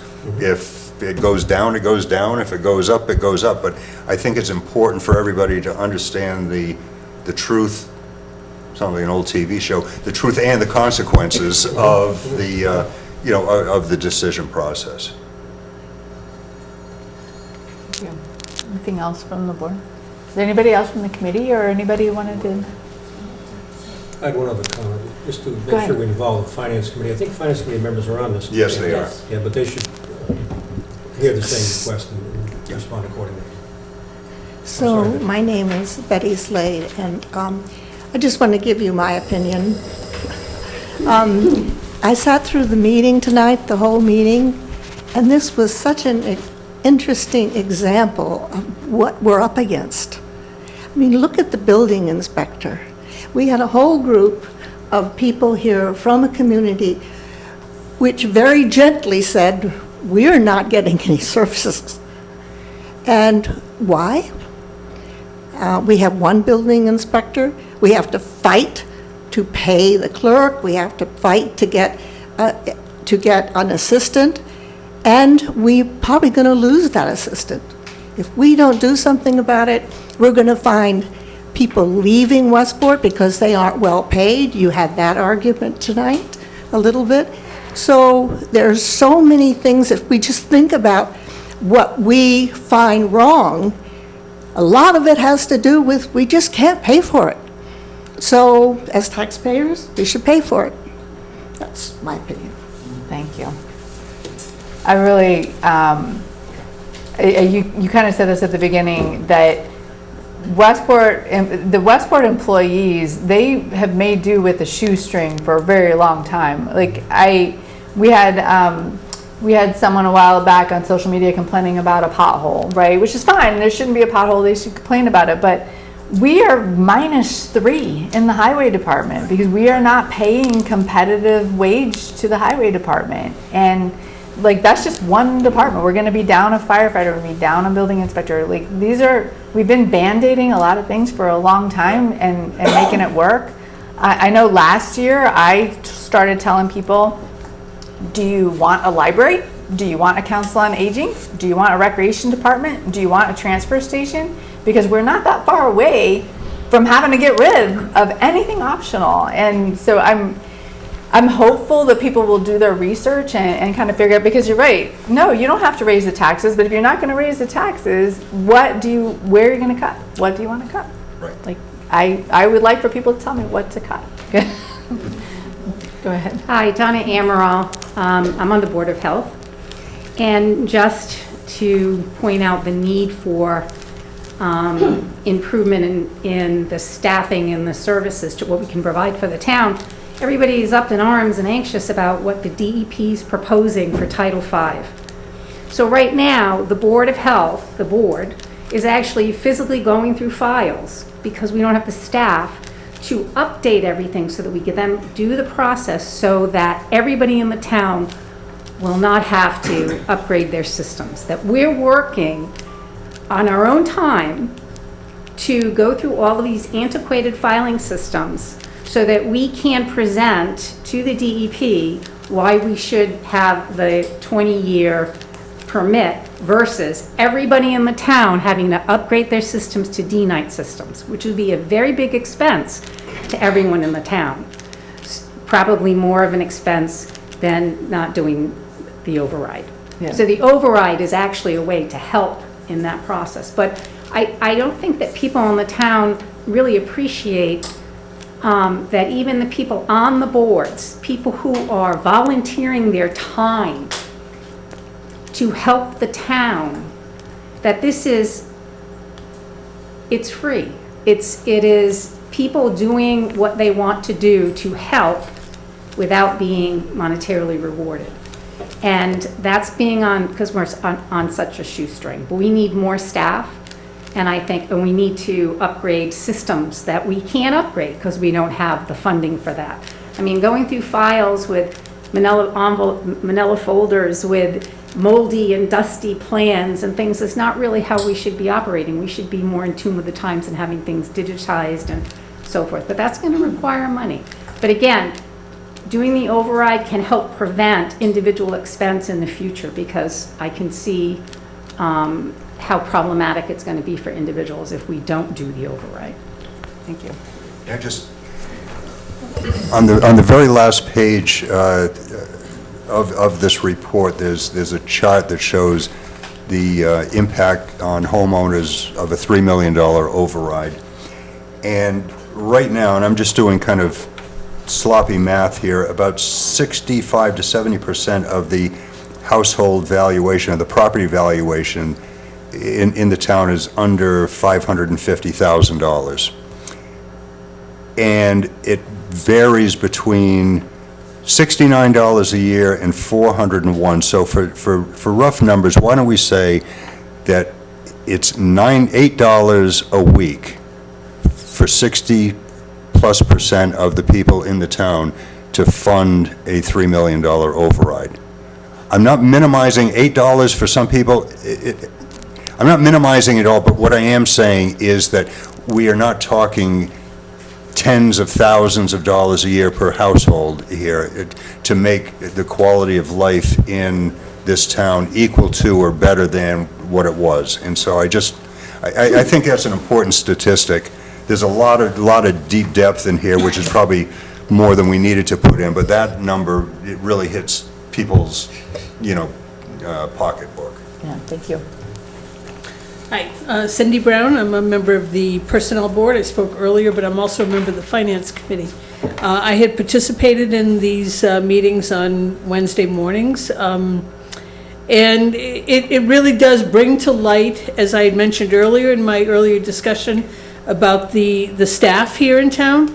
There's so many dedicated employees here that go well above and beyond what they're required to do, and they put in the work to make sure that the job gets done. And that's, from the transfer station to the highway department.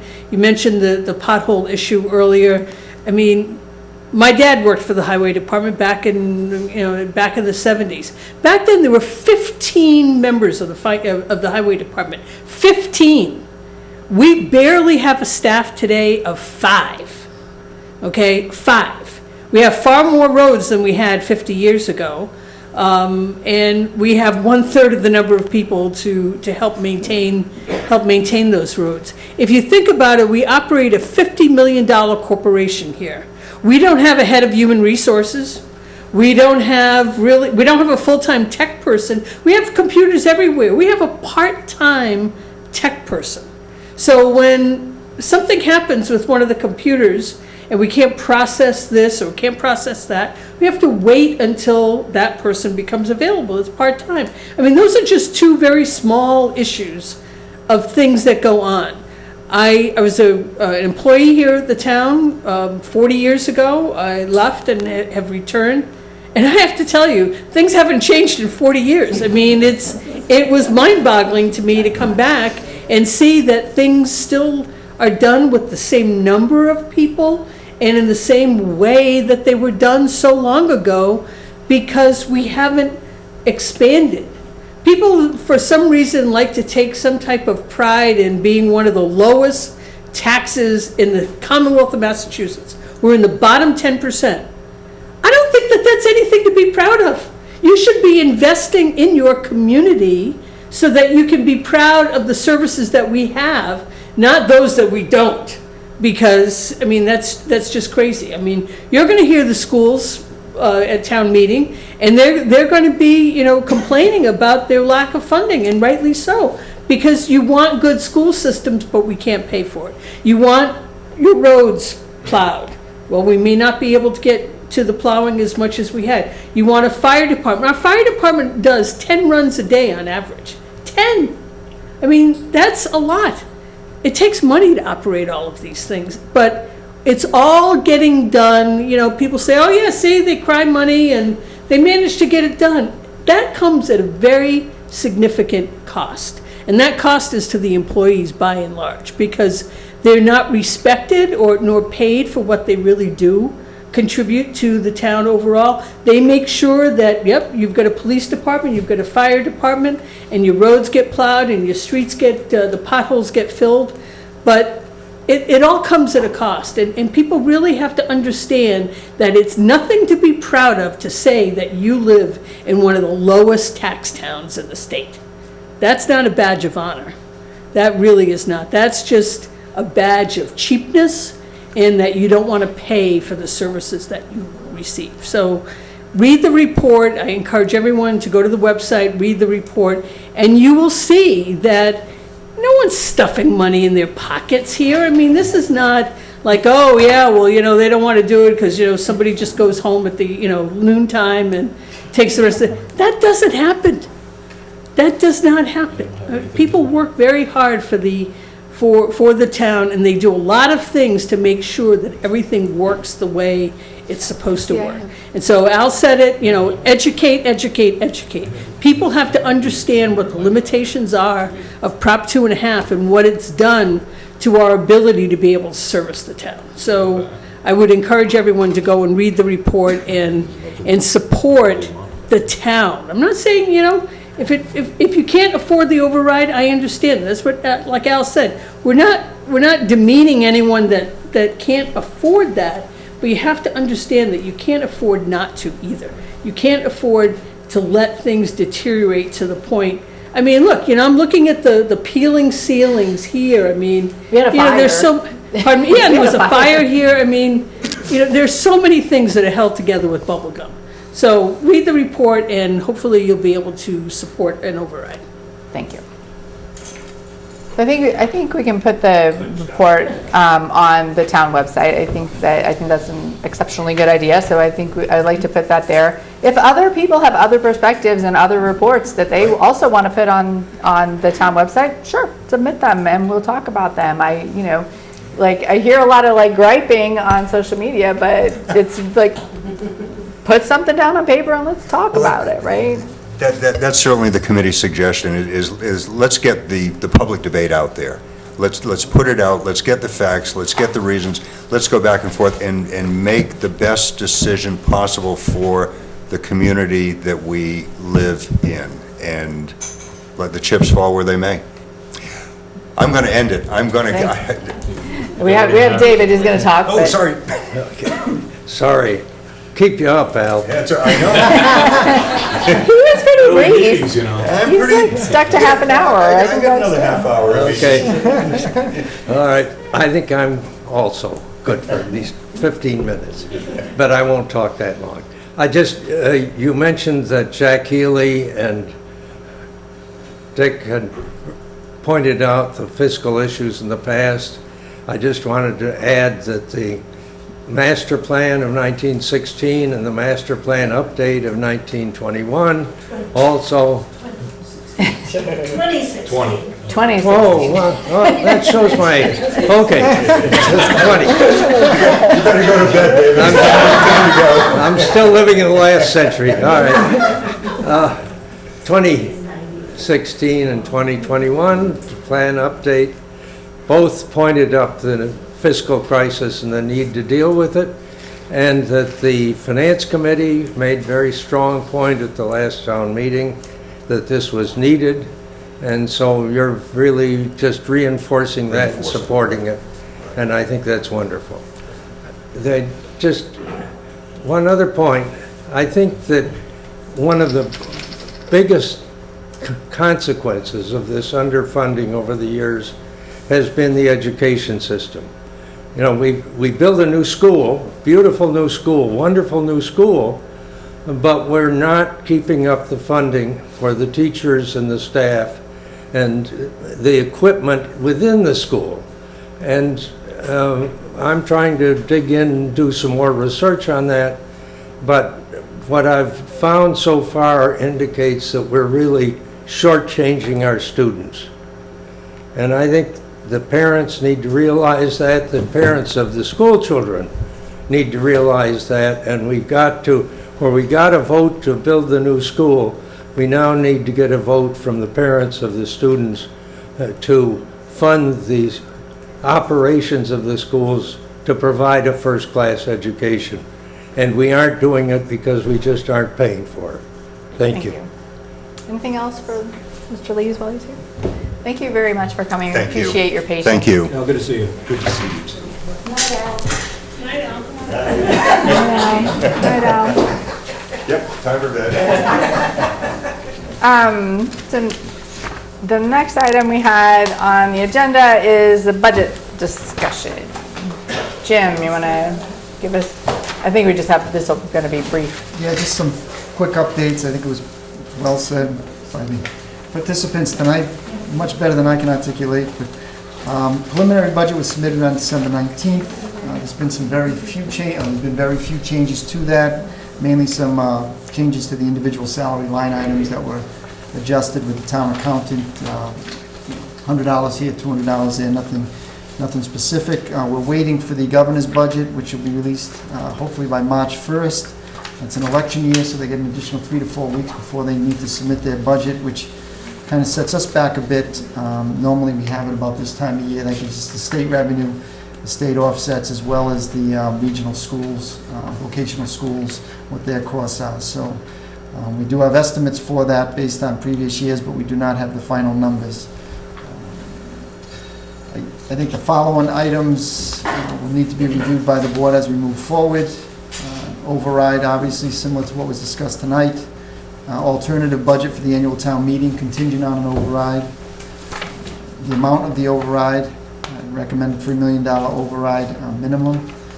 This would only provide level services.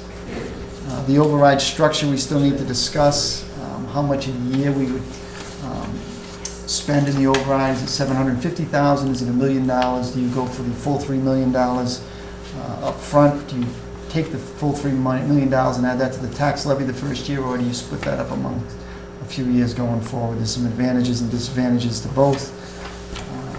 Just the marijuana fees and taxes, I just want to note that there was a new law passed by the state this past year that puts some restrictions on the host agreements and what we can charge for taxes and impact fees to marijuana establishments. I think the general feeling is that because we have an agreement that was in place prior to the law being enacted, we can still enforce that regulation, which would mean an additional 3% sales tax in addition to what we get from the state, and also a $25,000 a year impact fee that is part of that host agreement.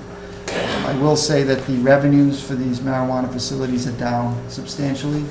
The more facilities that are out there, the less that each facility is making. So based on that, on the early estimates, you're probably looking $15,000 to $30,000 a year from the state, the 3% tax that would come back to the town. If we can uphold our host agreement, that would be an additional $15,000 to $30,000 plus $25,000 yearly impact fee. That has not been included in the budget yet as revenue, so that will be added. Free cash, we're hoping that'll be certified within the next week, 2 weeks, hopefully this week. We are looking at somewhere in the range of $2 million or close to that. This could change based on the certification process if they find differences in our accounting.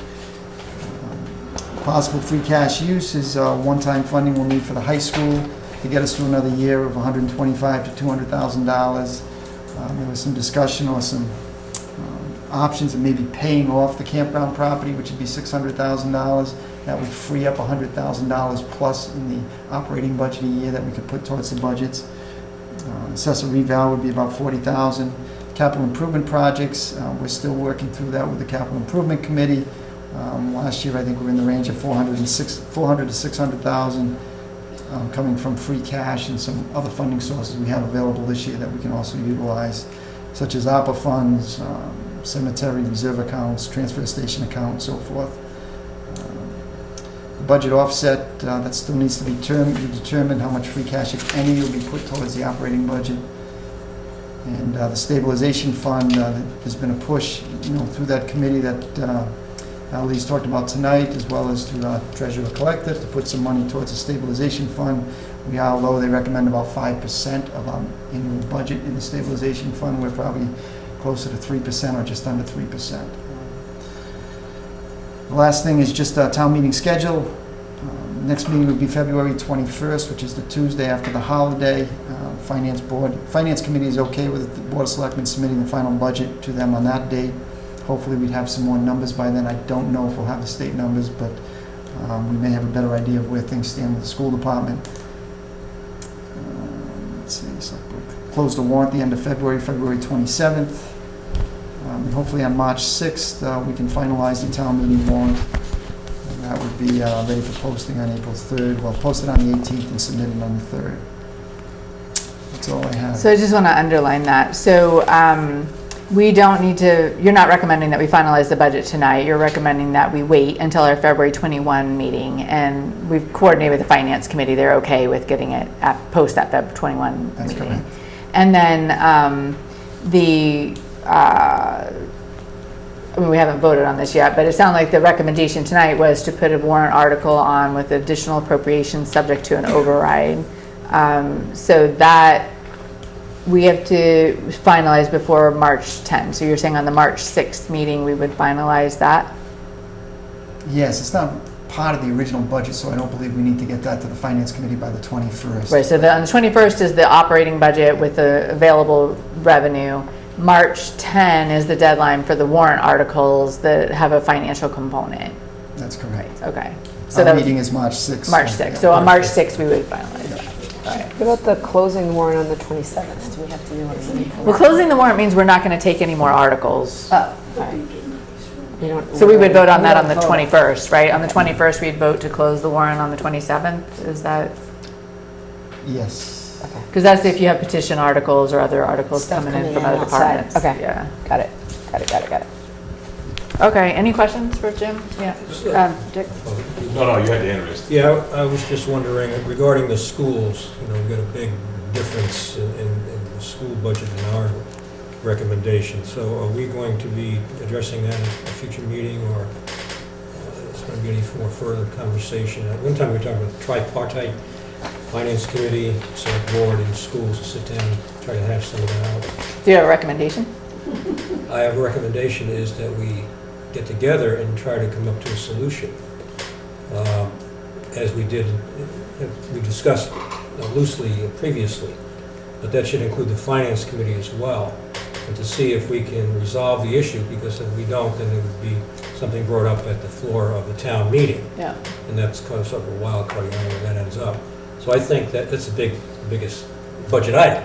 Yeah. So I think we need special attention to that. So I know the school committee is going before the finance committee tomorrow, and Jim is going to attend that. Okay.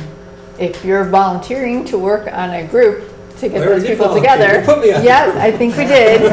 I think that's fine. I think we should talk to them. I know I don't have the capacity to do that, but I'm fine. Does anybody else want to work with Dick on that? Well, as long as we have representation, I don't think we need numbers here. We know what we're all talking about. We did have one conversation that, as a result of our last select board meeting, was very harmonious for business life. But that has to be dealt with.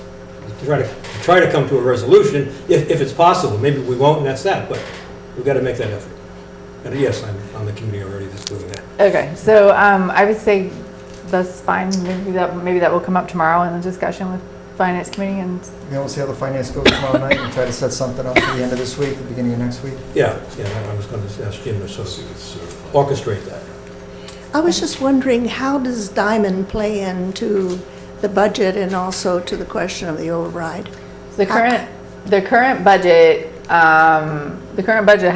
assumes that we're paying the Diamond out of the operating budget, right? That's correct. So we have 120,000. About 120,000 of the operating budget is it is for the Diamond. Right. If the Diamond exclusion question passes on the April meeting, then we could fund that stuff differently. The Diamond ballot question, it's going to be on the April ballot. If it is in favor, it has about $100,000 impact on the 24 budget. It has about a $400,000 impact on future budgets. Right. It's really going to be detrimental to the operating budget if that fails again. And also to the value of the override. I don't know what If you have really does. 450,000 more a year, so that, I think that should be really clearly explained to the public. We have an explanation of the impact of the Diamond debt exclusion on the website now, I believe, right? I think we do. We did. If we don't, we will put it on. So, We're waiting for the wording. well, the wording on the ballot, we couldn't, we please just check to see if the, Yeah, because we came up with an explanation, we just couldn't put up, but we can put that on the website. Right, okay, We'll get that up tomorrow if it's not up already. So thank you for the reminder, because the April ballot will have the Diamond debt exclusion ballot on, or the debt exclusion question on the April ballot.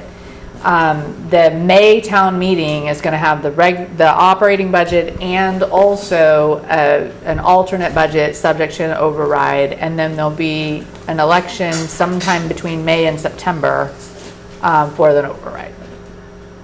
A lot of voting going on. We really need a good town clerk for our voting. Yes, amen. All right, so you're going to continue work on that budget group with Jim. Anything else on the budget? Just I don't know if I sent it to everybody yet, but at our circular meeting last week, they talked about Governor Healy's gonna send it later than usual, but the end of March, I believe. The end of March? Yeah, because she wants to do more with housing and whatnot, plus she's new to the seat.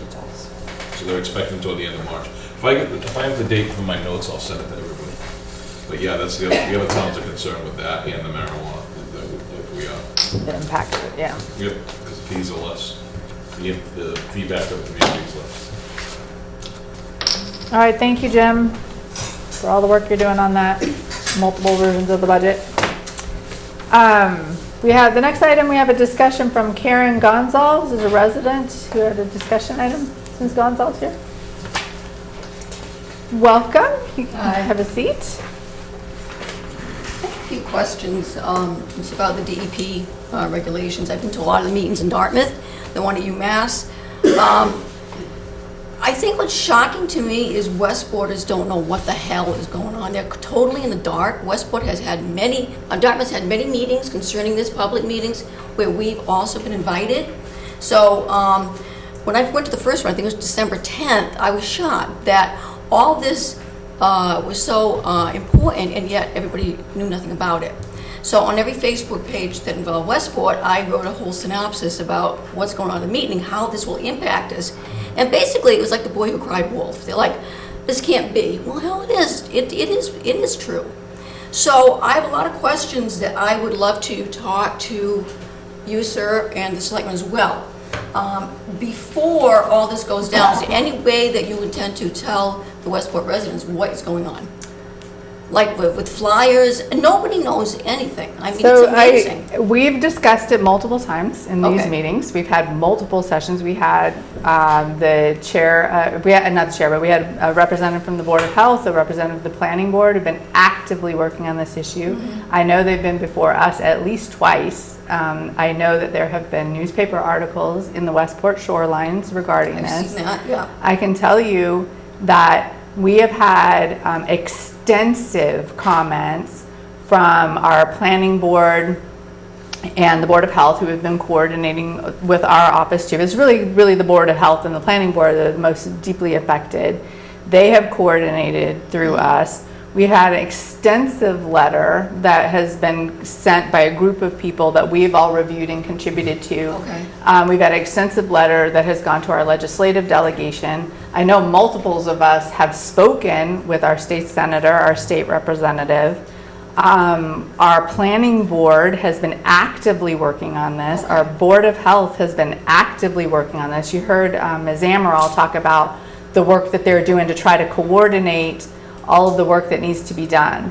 So I appreciate that people feel like it was a surprise and they didn't know what was going on. But I can assure you that the people have been working on this issue for well over a year to get everything in place. The work that they've done with the master plan, the work that we've done with the environmental impact zones, the work that we've done with the infrastructure committee. Many town boards have worked on this. And we try very hard to get word out about things like this. Like I said, we know that there was an article in the Shorelines. We've been talking about it in our meetings. Some of us have been sharing it on social media sites. If you have suggestions about what else we can be doing to communicate, I'd really like to hear that, because we try really hard to make sure people know. Can we do a petition drive? There's no signatures. That ended yesterday, but we already put it in for you. We've objected. The comment period was January 30th, that's all come and gone. We've made extensive comments. I don't know if you've seen the letter that we've sent in, but I think you did. Yeah. But we've made extensive comments to try to defend the residents of Westport here. We are not. Plus we're applying for the permit. Okay, so Right, and we're in the process of applying for the permit so that the citizen will have to do it, they will do it with the town. Well, okay, if you do the watershed permit, okay, they expect us to reduce our nitrogen overload by 80%, okay, over 20 years. And yet, the septic on their pie chart, if you look at the pie chart, the septic only accounts for 23% of the total nitrogen overload. Now, I'm not a math genius, but how do you get that 80% out of that 23%? It is a pie in the sky theory. So I know you're very concerned about this, and I appreciate it, because we are also very concerned about this. So I want to just kind of clarify our role of this board, right? So we've already made comments objecting. We've already talked to our state delegation.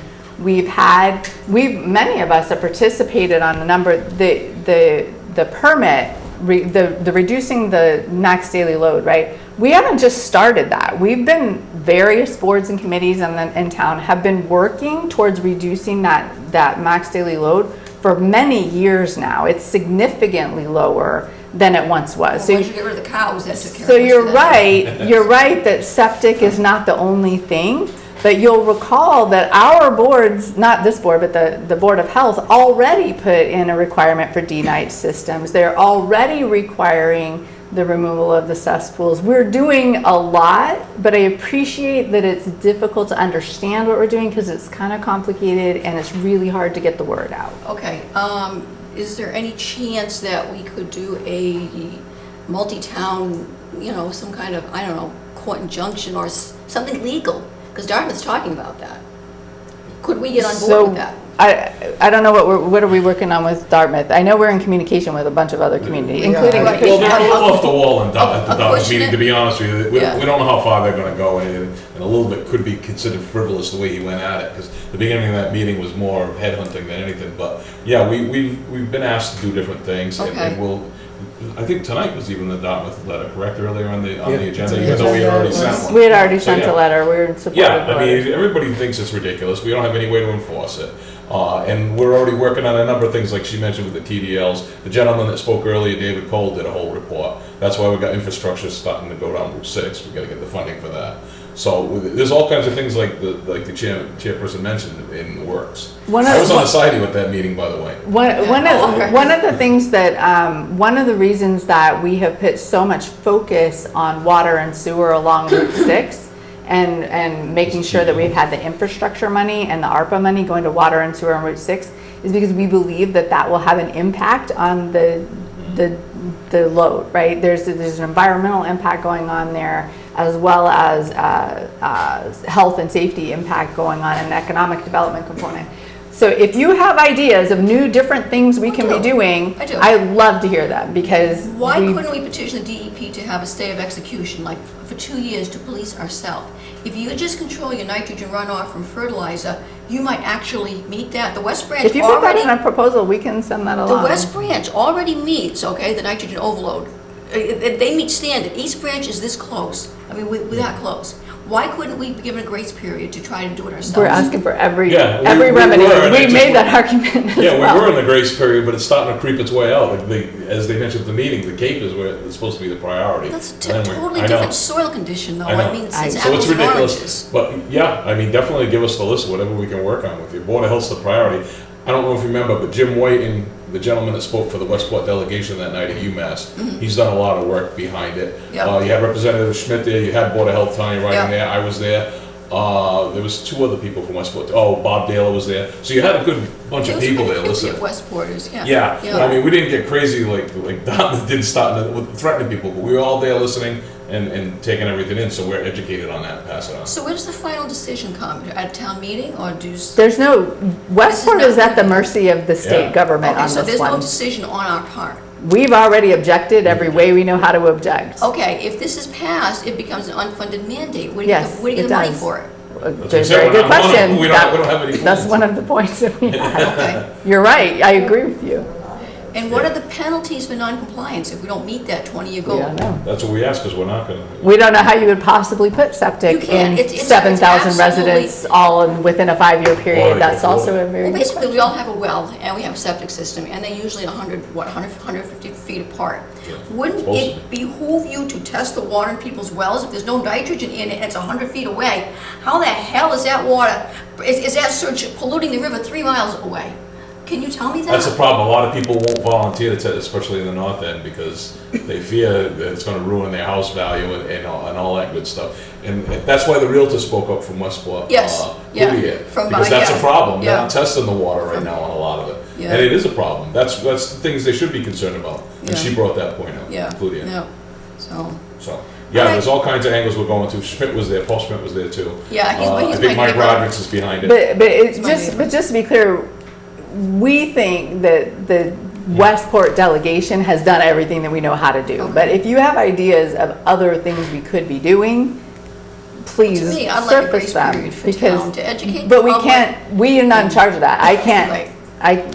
Well, we can appeal. You could, it. you We could could at appeal least it when- appeal to it. That's- once, but we can't appeal it until it Because comes we're out, so right? close, I mean, we're this close to We meeting understand. that goal. We agree with That's- you. Yeah, I think we so- all agree with you that, Okay. yeah, it's not gonna be just happening like that, and All we have right. a lot of issues. But if Especially you- when we're making But strides. particularly, I really mean it with the communication. We try so hard to communicate with people, and then people complain that they didn't Yeah, know. because And like so- I said, I put an article on all 3 Facebook pages in Westport, and people are like, what? Well, you're gonna get trolls too, you're Yeah, gonna be it was careful like- with social media. Oh my But God. yeah, I mean, I saw people complain, well, why are you keeping this a secret, when it was in the front page of the shorelines a couple days Yeah. before. Yeah. You know, It's, people need to subscribe to their local papers. Exactly. but I nobody reads cannot anything emphasize anymore. enough, you need to subscribe to the shorelines. do we have her email address? I think we Set her do. up Do we to- have? Do you have her, do you have her email? If you don't already have the letter that, Well, I don't think, you called me so kindly. I'll call you. All right, thank you, I appreciate that. Yeah, Thank and we'll keep you in the loop. Maybe we'll start a committee. Oh, that's Keep you awesome. busy. Oh, I'd be happy to. Okay, well, we're gonna work it all out. Okay, thank you very much. So work with Steve, because there's definitely committees that you could. Yeah, work Jim with. Whiting's very active, and I'll ask him, maybe we'll have a committee. Okay. Keep David moving, thank you. We appreciate your passion about this, Yes, we yes, share really it. do. It was just like a pie in the face, it truly was. Yeah. Unfortunately, we don't have much media here tonight to pass it on either. No, Our usual writer isn't here. Okay. He was here earlier. Oh, I missed He it. just left. Okay. Yeah. Even he left. We'll refer Yeah, him he, to what's his name? 8:15 or so. John Holden wasn't here, he usually He passes it on the watches them show. on TV. Yeah, there you go. Okay, the town administrator report. All right, we'll go through this fairly quick. South Coast Wind Energy, this is one of the wind farms off the coast. They just filed their draft environmental impact report. There's a link to it on the report if you want to get into some details as to what they filed. Planning grants, the planning department just filed 3 expression of interest. These are not the full grants, these are just kind of like a placeholder. You get general feedback from the state, from their one-stop grant program. Going forward, the final grants will be due in the spring. They did one for Main Road Streetscape Improvement Plan, the Westport High School Reuse Adaptation Plan, and the Route 6 Sewer Mass Works Grant for sewer and water along the Route 6 corridor. Marijuana law I'd already talked about, that has changed. We had a conversation with town council today, and we are still hopeful that or at least we believe that they are still responsible for their local fees in accordance with the host agreement. And the select board name change, we did follow up again with Senator Roderick's office and Representative Schmitz, and they will file legislation on behalf of the town to formalize that change. Thank you. Minutes from January 23rd. I will move the minutes, January 23rd. Second. 3. All in favor? Aye. Aye, that's unanimous with 1 absence. The report on the bill warrant. It was signed, it was very pretty. It was ginormous. It was like this big. Liaison committee reports or suggestions for future. Ann? I had a meeting for Westport Affordable Housing. Liz gave her resignation for that board. Ginny Sabra stepped up as vice chair not to be the chair, but he is filling that spot. There was a lot of conversation regarding the high school, and I brought up the question, and they just want to make sure that the affordable housing is discussed in the question. I think there was So- issues there during this long time. The affordable Old housing? High school, I'm sorry, the old high school, they said that. Oh. Yeah. What happened to the old high school? I had They had some 10 freeze-ups and lost the power during the storm. So crazy pipe Not hear that, damage. but we will check. Crazy, Follow that up. causes crazy body damage. Sure. Handled in-house, but boutique.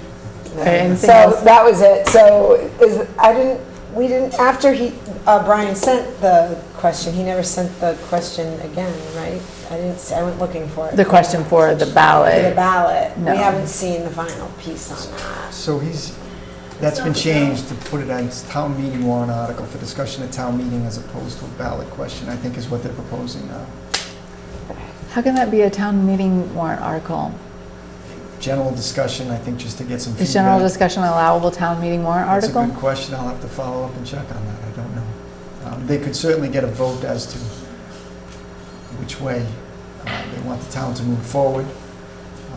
I would please work with the moderator to see about how to do that, because a town meeting has to take action and they can discuss on action. So maybe there's a way to format They could that. have a question. You could They could format they it, could put it on the put ballot. maybe, a question in there, non-binding question in the. Okay. Well, I would consult with the moderator on that one. Yes. But now it's too late for the April, but now it's too late for the April ballot. We can't put the question on the April ballot now, right? That's correct. No, 34 we didn't. days, so beginning of March, I think. Okay, so it was closed for putting a new position on there, but we still haven't closed the ballot. So we could still put a question on the ballot. Okay. Wouldn't that lead to a ridiculously long town meeting? If I we're gonna worry a discuss lot it about today? that. Like, what are we thinking on that one? What is someone thinking on that one? I would really like to hear from the town moderator whether that's an allowable thing in time to put it back on the ballot. I just don't understand. Because how town that meeting has happens. already voted to authorize the select board to sell the building. So that has already happened. So unless they have a question to revoke the select board's ability to sell the building, please work with the moderator. And if you get a stacked meeting, then the entire question goes in one way. You lost it. It's no longer. I see no value in discussing that at a town meeting. It's not the right format. But, okay, but please check with the moderator. The Board of Selectmen can put whatever questions on the town meeting. Unless it's a petition. Article. I don't know. Please find out. It's the non-binding part of it. I think, yeah, we'll let the moderator decide. Shauna doesn't know. Shauna just thinks that would be a disastrous outcome, but that's my personal opinion. Me too. Also, a discussion about what to do with the high school at the town meeting floor. We've had committees studying. I can see the choices, but yeah. Yeah, all right. Maybe there's a path I'm not seeing at the moment. Hate to like rain on the parade of the committee, but. Steve, anything from you? At Serpent last week, I kind of touched base on the important parts of that. Jim, do you know if you're going to make it Wednesday? You're going to have meetings every day this week of infrastructure? Yes. All right, so Jim's working a lot this week. We're going to go easy on him later He this loves week. meetings. Listen, can you find out, please, for future projects, the parking lot redo? Can you find out if we still got to do the test bores or if we're looking good or they can still do the parking lot? We waited for years to redo this parking lot because of the test bores and everything. And if we could, we could really use it, especially if it has to be plowed, it has to be resurfaced. I did put that request in for the Capital Improvement Planning Committee. All right, so we'll blame Dick for it. All right, Dick, we need to push it. Prioritize, we have limited funding available. Yeah, well, the I'll asphalt check keeps with going up environmental. too. I don't see why it couldn't. We put new well caps on there last year, so. Yeah, but I mean, either that or just ask Chris if it's got to be engineered or it's just something he can handle, just so we can get it in line before somebody gets hurt. Okay. I think that's it for now. Dick? Not a lot of meetings of late. I reported on the CIPC at the last meeting, last select board meeting. We have the next CIPC meeting on the 15th. And there we have we're getting to the final list, the final rankings. We're looking forward to determining how much free cash we have and how much we would allocate to capital, as I mentioned earlier. In terms of an item for future discussion, this is one that's near and dear to my heart and to some other people in this room, I think. The point landing and the paving job. We have had the questions from the landing commission. I was just wondering if we would respond to that or if we need to talk about it here. It should not be ignored. We want to make sure they understand it with us. Yeah, can we put that on the Feb 21? Yeah, we should do that. And there wasn't anything nefarious about it, but it's something we want to make sure we bring them in because they do have some authority. And part of it, I guess, I'm not sure I know what the deal is, but that's all I have. And I think I might have met with a couple committees, but I don't really have anything notable to report. So. Do we have any comments or statements from the public? We usually have public at the end of our meeting. I just really want to thank you all for hanging in here. Yeah, we have 3 left. Just a reminder, we have lots of vacancies on lots of different boards and committees. So please, if you have an interest in helping out your town, we talked earlier about how critical our employees are, but we really depend on a lot of volunteers to do a lot of things. So Can we put a scroll on the page to get some attention to it? Scroll going across, we need the help on the following committees. Affordable housing needs a new. Not on the channel, but on the website. Can we do it? I don't know. Because I noticed some are doing that. They're doing flips in other towns. I never got an updated list. I can't put it on till I have an updated list. All right, Paula, can you add that to your long list? There's actually the list right on the. Yeah, but council on we aging gotta is do one listed now. as having an open spot, and we decided last time it doesn't have. It's not on here. Oh, we pulled it off. It was Add there last finance week. committee to the list. There are 2 openings on the finance committee. 2. But nobody on can the finance volunteer for committee. that. That's the moderator. That you have to go through the moderator. But still, if anyone's see the interested in moderator. serving on the finance committee, Yeah. we can point you to the right people. Yeah, that's. Yeah, please see the moderator. I don't know of any topics that were unanticipated, so I don't think we have anything. So I think, is there any further business? No, motion to adjourn if you don't. No, go ahead. Motion to adjourn? Did you do minutes? Yeah. Second by Dave. You have a motion to adjourn in a second. Any discussion? All in favor? Aye. That's unanimous with one absence.